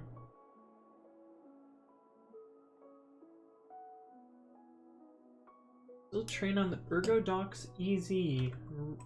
ErgoDox. I think I've seen this keyboard before. The dual split one with the weird thumb pad thing. Yeah, this one. Wacky keyboards. Now that I've searched this, all my Facebook ads are going to be keyboards again. This happens every time I search keyboards on Google. Like, targeted advertisers are like, oh, we can make a quick buck off of this sucker. He likes keyboards. DuckDuckGo life, yeah, I don't know. I haven't been brave enough to... Here.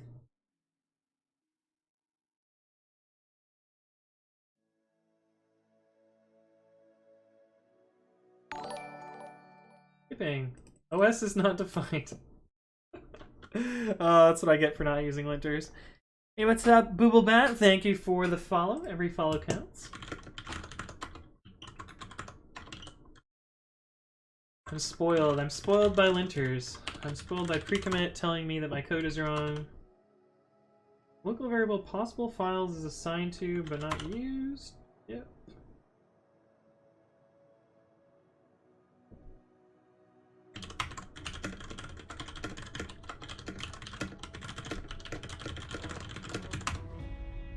Got it right one of these times. Not origin. Git push my origin.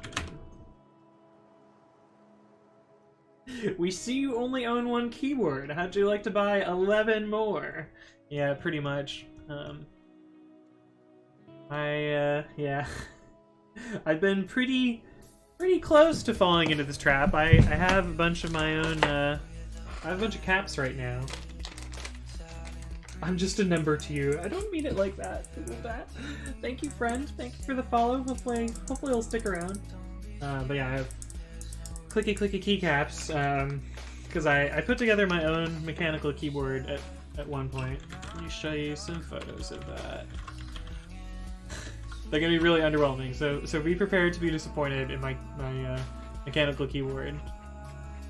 There's the photos of that. Ooh, IPO day. That's a good photo. For that. Really? Before Christmas? Was it really that long ago? Oh yeah, here we go. View image. So this is my mechanical keyboard that I built for work. It is 2 keys. It serves a very, very specific, stupid purpose in that so I dual boot Linux on my work laptop, and for whatever reason, I haven't figured this out because I just don't have time to figure it out.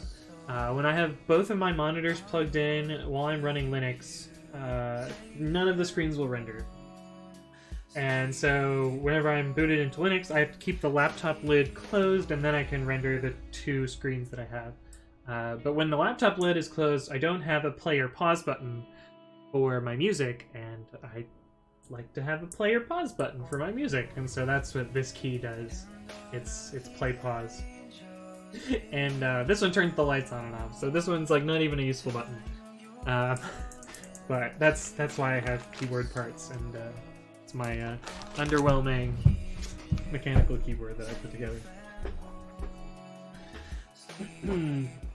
Try to go back to this.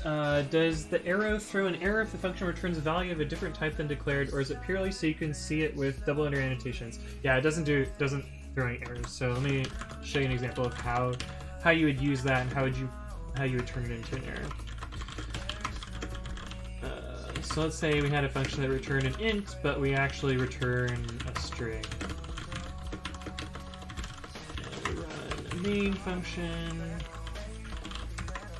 Oops. So just have like a simple bit of code here. And you can see that even though this is not an int, it runs fine. But if we were to install a type checker like MyPy,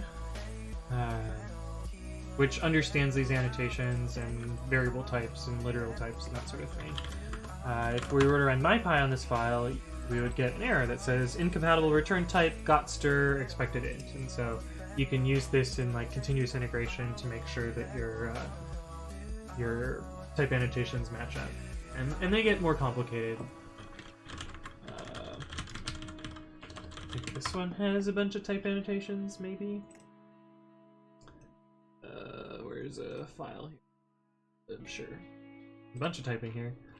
But you can see like this is a class that gets generated just based on these type annotations.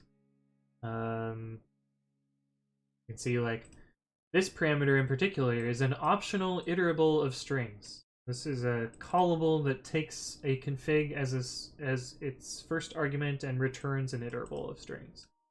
But you can get much more complicated, and MyPy understands all of these. Well, tries to understand all these. Sometimes MyPy isn't the greatest checking, but it's pretty good. It's the best thing that I've found so far. But that's kind of the mini crash course on that there. So the first button queues up the copy, but what does the second button do? Yeah. That's r/specialized tools if I've ever seen it. I don't know if I've ever gone through not GitHub, reddit.com/r specialized tools. Of course, we don't want new Reddit, because who wants new Reddit? Old Reddit, let's do top of all time. All time.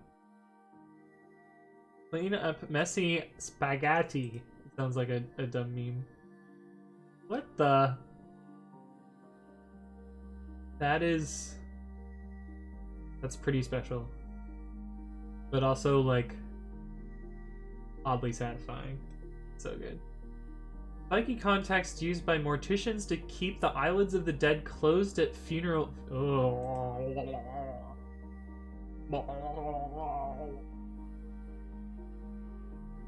That's gross. Didn't need to see that. Effective trap.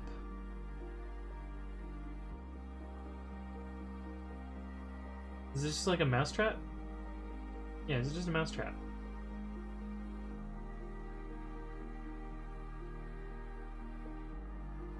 I've actually seen this style of mousetrap before.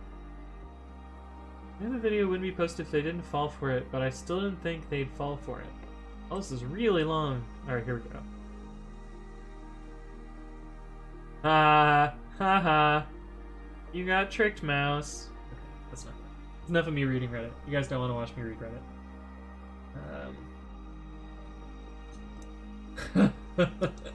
The assumption that a string isn't an int is silly. Everything is integer if you try hard enough. Yeah. Actually. Look, it's actually a pointer. But so it kind of works as a bunch of assertions or something. Yeah, essentially it's like documentation that can be checked by an external tool. You can also use some other tools to make it a runtime check, but they add overhead, whereas like the annotations don't, by themselves, don't add overhead. Okay, so our latest build succeeded. Did it actually do what I expected though? Oh, it's still crashing. Ambiguous argument origin / master. What do you mean? Ambiguous. Don't tell me that. Git clone depth 50 -- branch. Oh, we don't have that branch. Let's see. Travis CI unshallow clone. How can I customize the blah blah blah? You can clone the repository again. No. Fetch unshallow, yeah.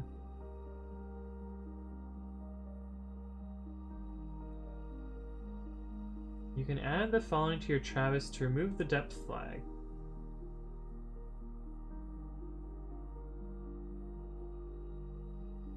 I think this is what I want. Babby. Generate Travis. I think I just need to put this up.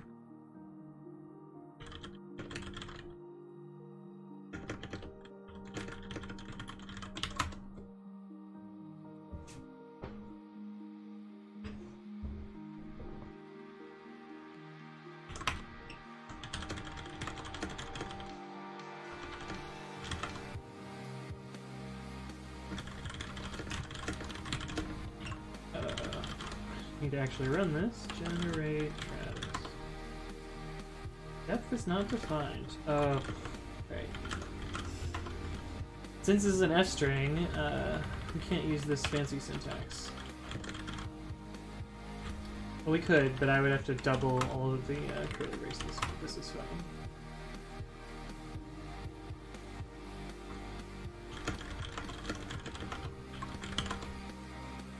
Travis.yaml updated, and it exits non-zero, which is what we want. And if we run this again, it's exits 0. Cool.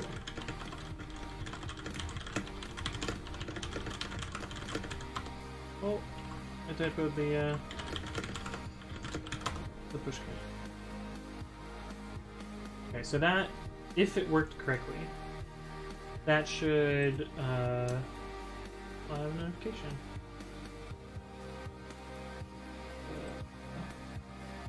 The original poster? No. Thanks for the explanation. So I removed init.py in the app root and the pilot warning is gone. Yay!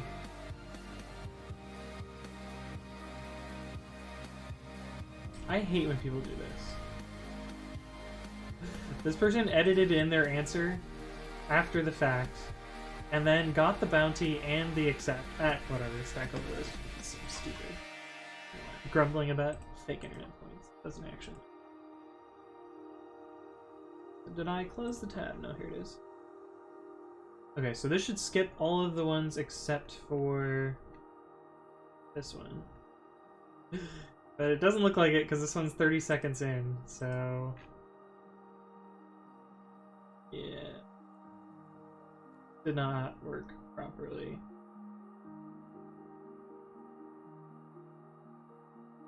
What? Oh. I accidentally blew away my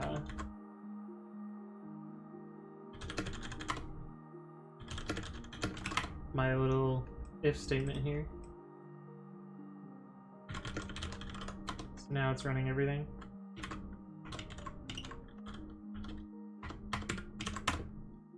This is what I wanted to have, but okay, these curly braces.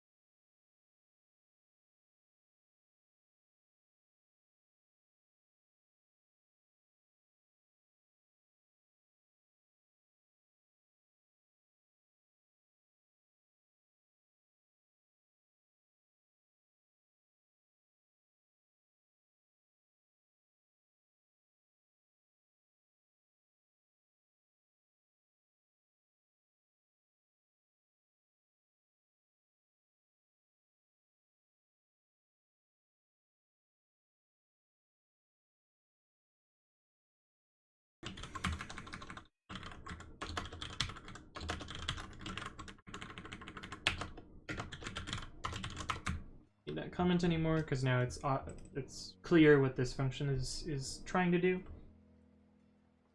If changed, exec make, otherwise nothing. Cool. It's change.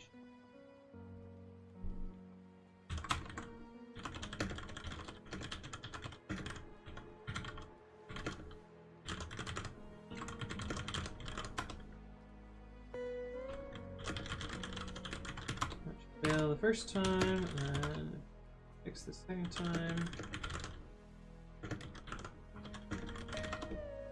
Let's, before we get ahead of ourselves, let's make sure that this actually worked. So build 8, everything passed. We should expect this one to have run. It did not.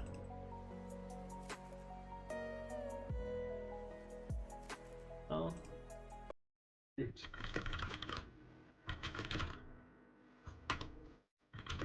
Does typo generate? No.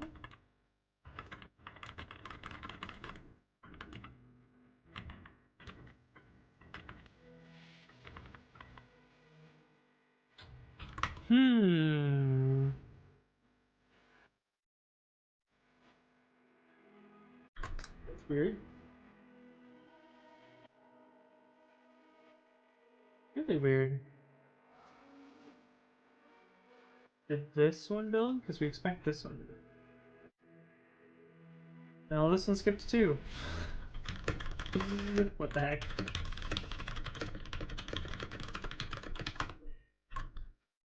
Let's try this again.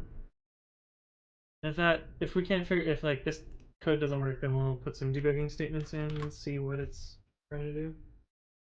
I guess I could run it locally because we have the branch.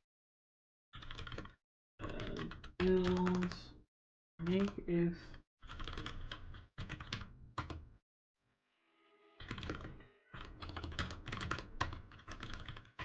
no, that should be argv1.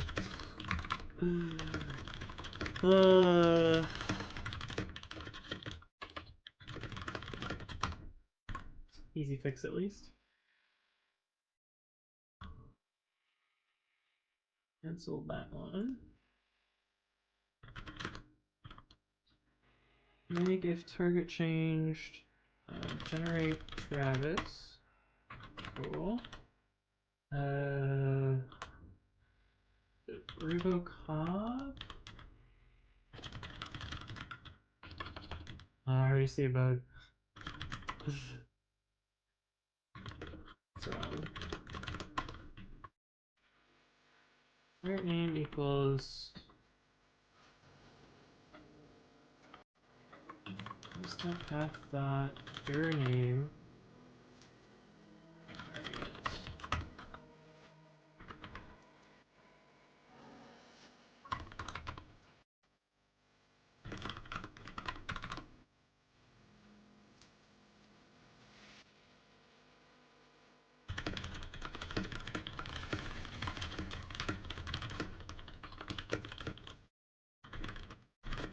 Okay, so that should work because we tested it locally. Oh, surely that commit not go through.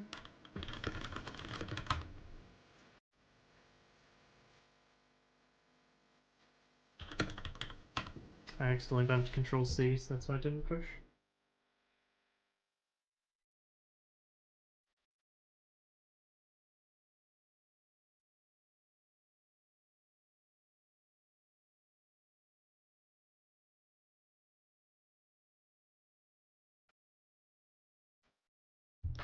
Alright, so this is the one that should finally work.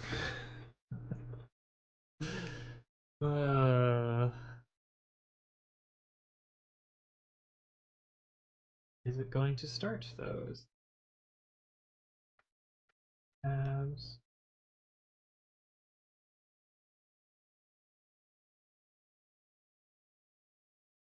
My notification. Well, this was an interesting issue.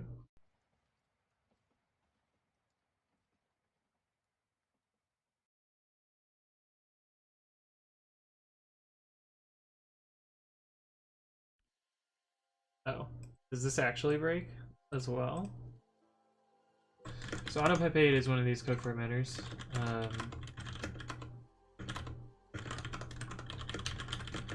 And I found a bug in it this morning, yesterday? I don't know. Which causes it to crash on specific inputs. Including this one. Amazing.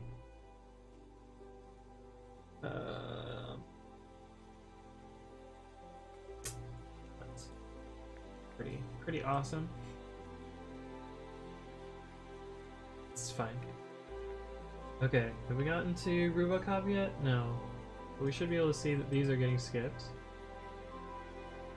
No changes detected. Cool. It's working. It skipped Rubocop for a second. I was about to be a little concerned. Alright, so this one should build.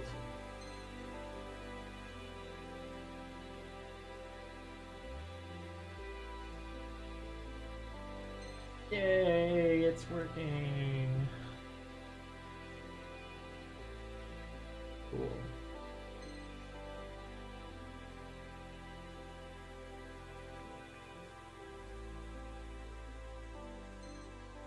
And these ones are all getting skipped, and then this last one should... Oh, we have to make sure this last one works too. And then I can add some code formatters. Will be cool.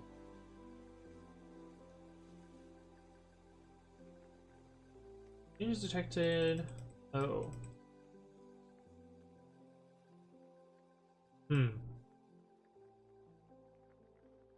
That output is not so great, but yeah, whatever. Good enough. I think that's good. So this is all green now, even though like some of these are actually failing, but that's fine. It's all fine and dandy. Okay, so let's add support for a couple more Python formatters. In fact, let's improve this AutoPype8 one.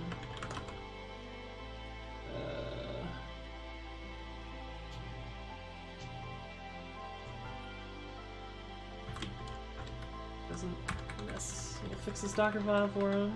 Let's see, Python. Oh no, we don't want to print.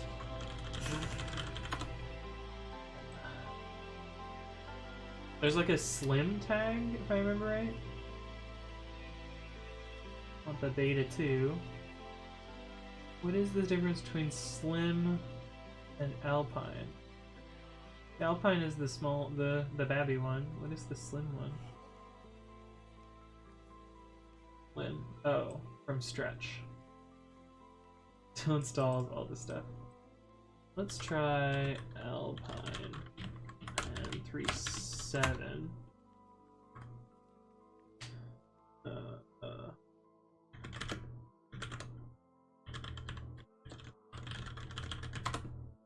See if this still works.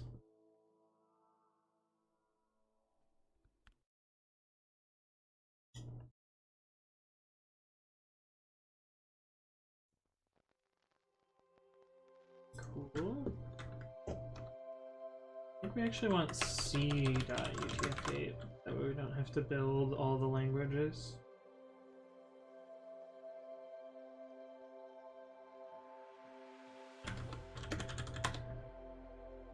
Okay. So another one that is a popular formatter is called black. So we'll make one for black.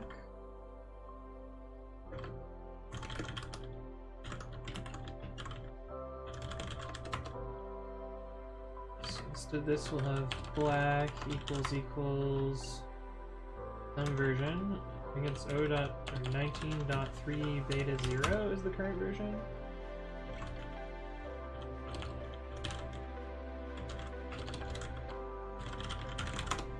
Like that. 19.3 beta 0.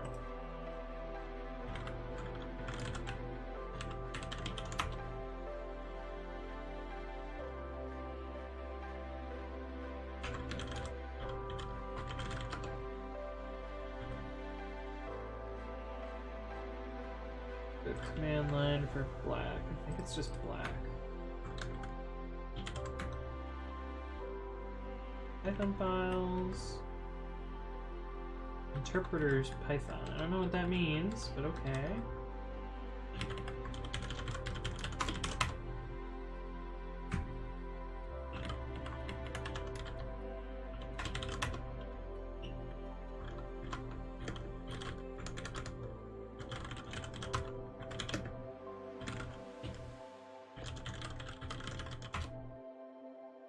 This should fail because I didn't actually implement the test, but it should give me an out. But why did it pass? Oh.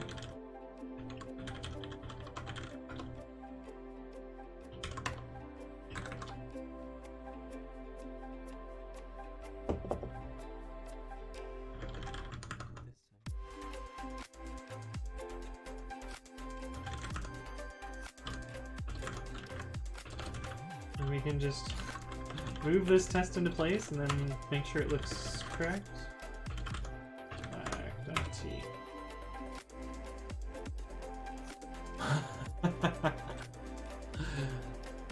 Some solid UTF-8 bytes here for the emojis.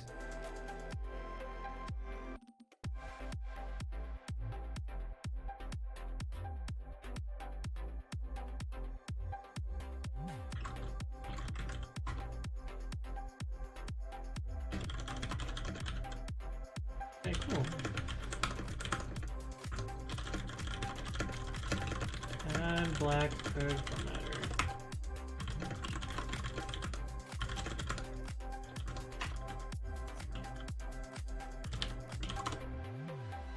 Let me pin the version for AutoPep8 so that way this is actually somewhat reproducible.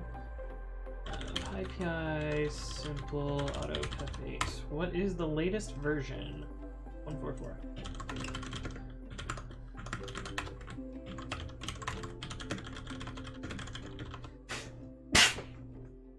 A little sneeze there.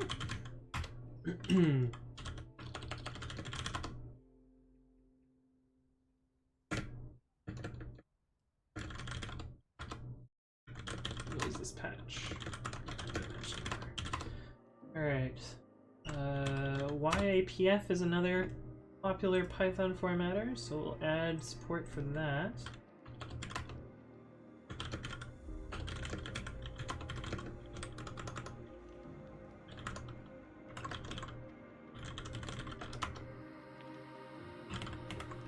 Latest version of YAP.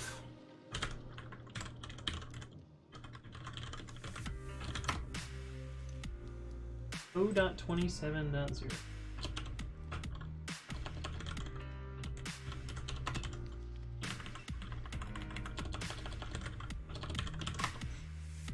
I just muscle memory YAML. Solid.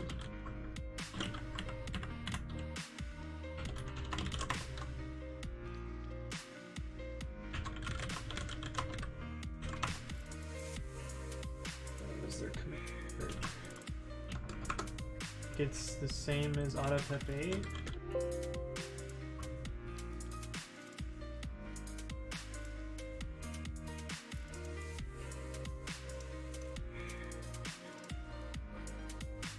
-I in place.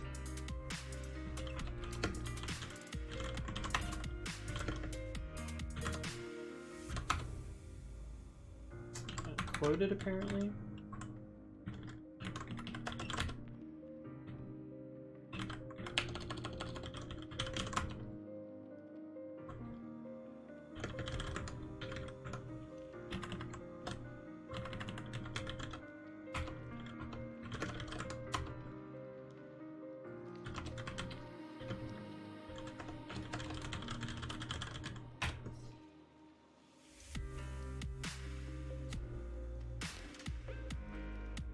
Oh, I forgot to change the text.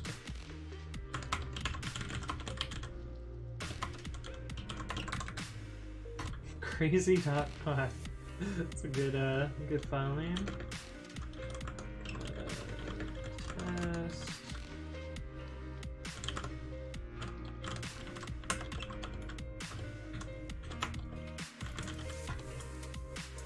sure that looks reasonable.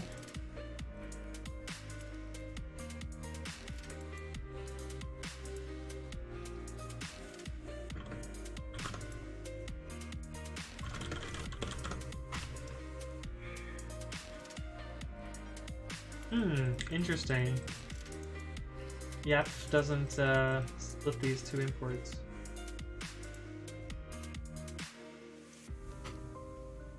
What's this? It makes this look reasonable.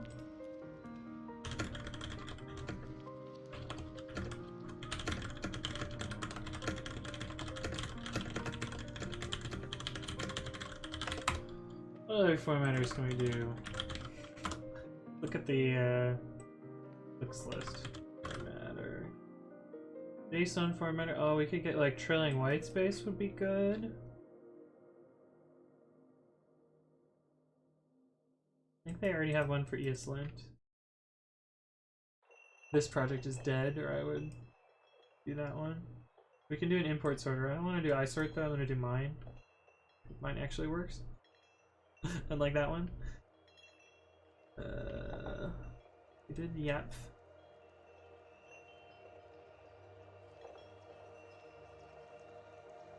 This one is based on isort, so it's not different. Now let's do some of my formatters.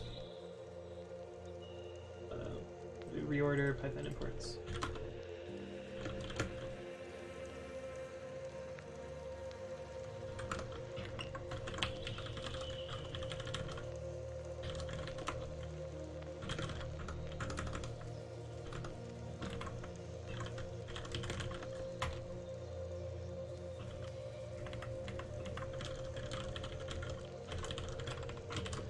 What is the latest version there? 1.6.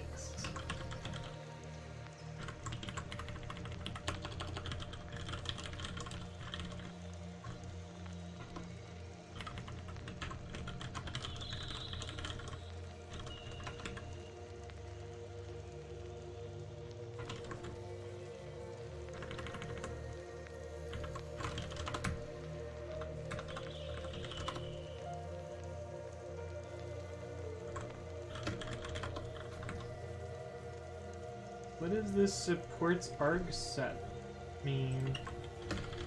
Supports arg set.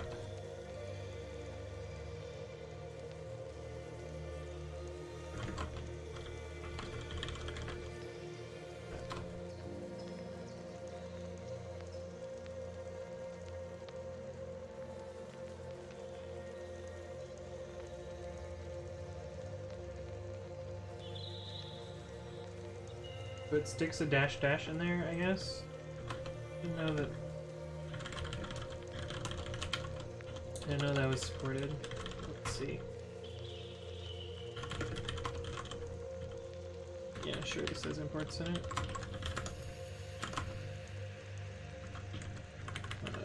Does it work with the dash dash? Yeah, here's two. Let's unload those and cool. Works with dash dash.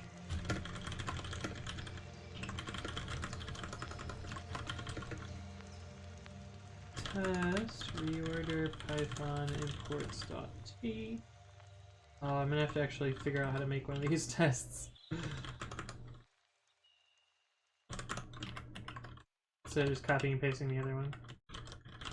Reorder python imports.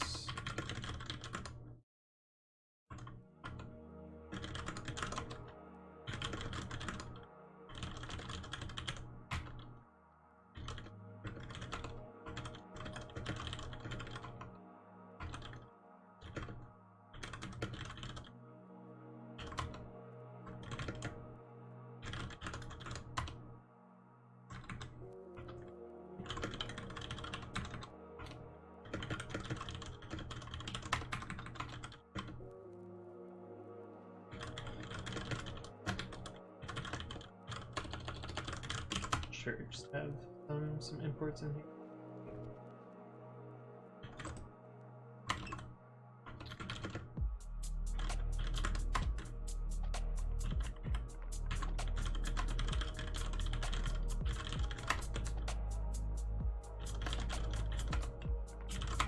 gonna fail, but then we'll be able to fix it. Make reorder Python imports Docker file that tested.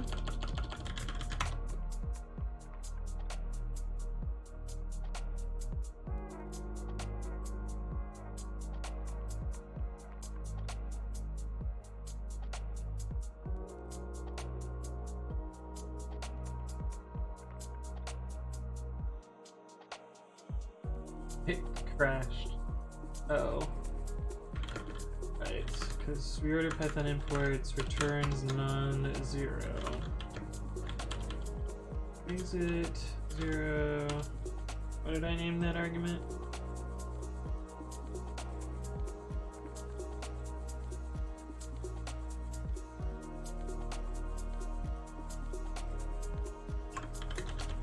Exit 0 even if changed. Nice descriptive arguments.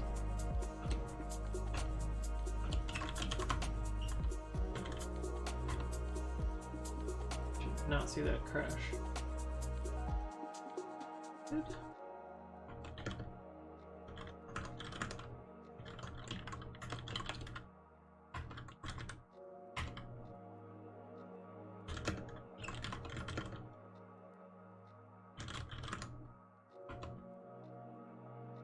Put these imports up, left that alone, reordered these, left that one there.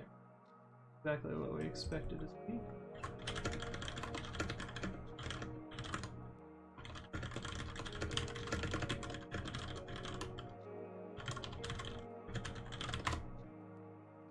And for completeness, we should probably do isort also, but it's so much work to get that work. Anyway, I'll start with that. I think that's probably enough for today. But anyway, yeah, I'm gonna wind down here. I got done what I wanted to get done, and I'm hungry, so I'm gonna go get some food now. But let me do my spiel, and then I'll send you off to someone else. So, where do I start? Oh, if you missed any part of the stream and you want to catch up on that, I upload the content to YouTube after streaming, and that's youtube.com/AnthonyWritesCode. So this is the place where I upload my videos and such. There's also other content here besides streams. I originally started with just like small tutorial like content, but recently I've just been streaming because it's easier, and I don't particularly enjoy editing, and so it's easier to just kind of upload this content wholesale. If you want to catch future streams, I have a schedule which is listed below, but usually I stream on Saturdays at 1 p.m. Pacific time. And if you want to get notified of that, I usually announce them in my Discord, which I just linked in the chat. And I also announce them on Twitter, which is twitter.com/codewithanthony. It's different than Anthony Writes Code, but this is because brand synergy is hard, and turns out you can't have a Twitter name that's that long, so it would have been Anthony Writes Cod, and didn't quite have the same ring to it. But that's that. Thank you all for coming by, and I'm gonna go find someone to raid.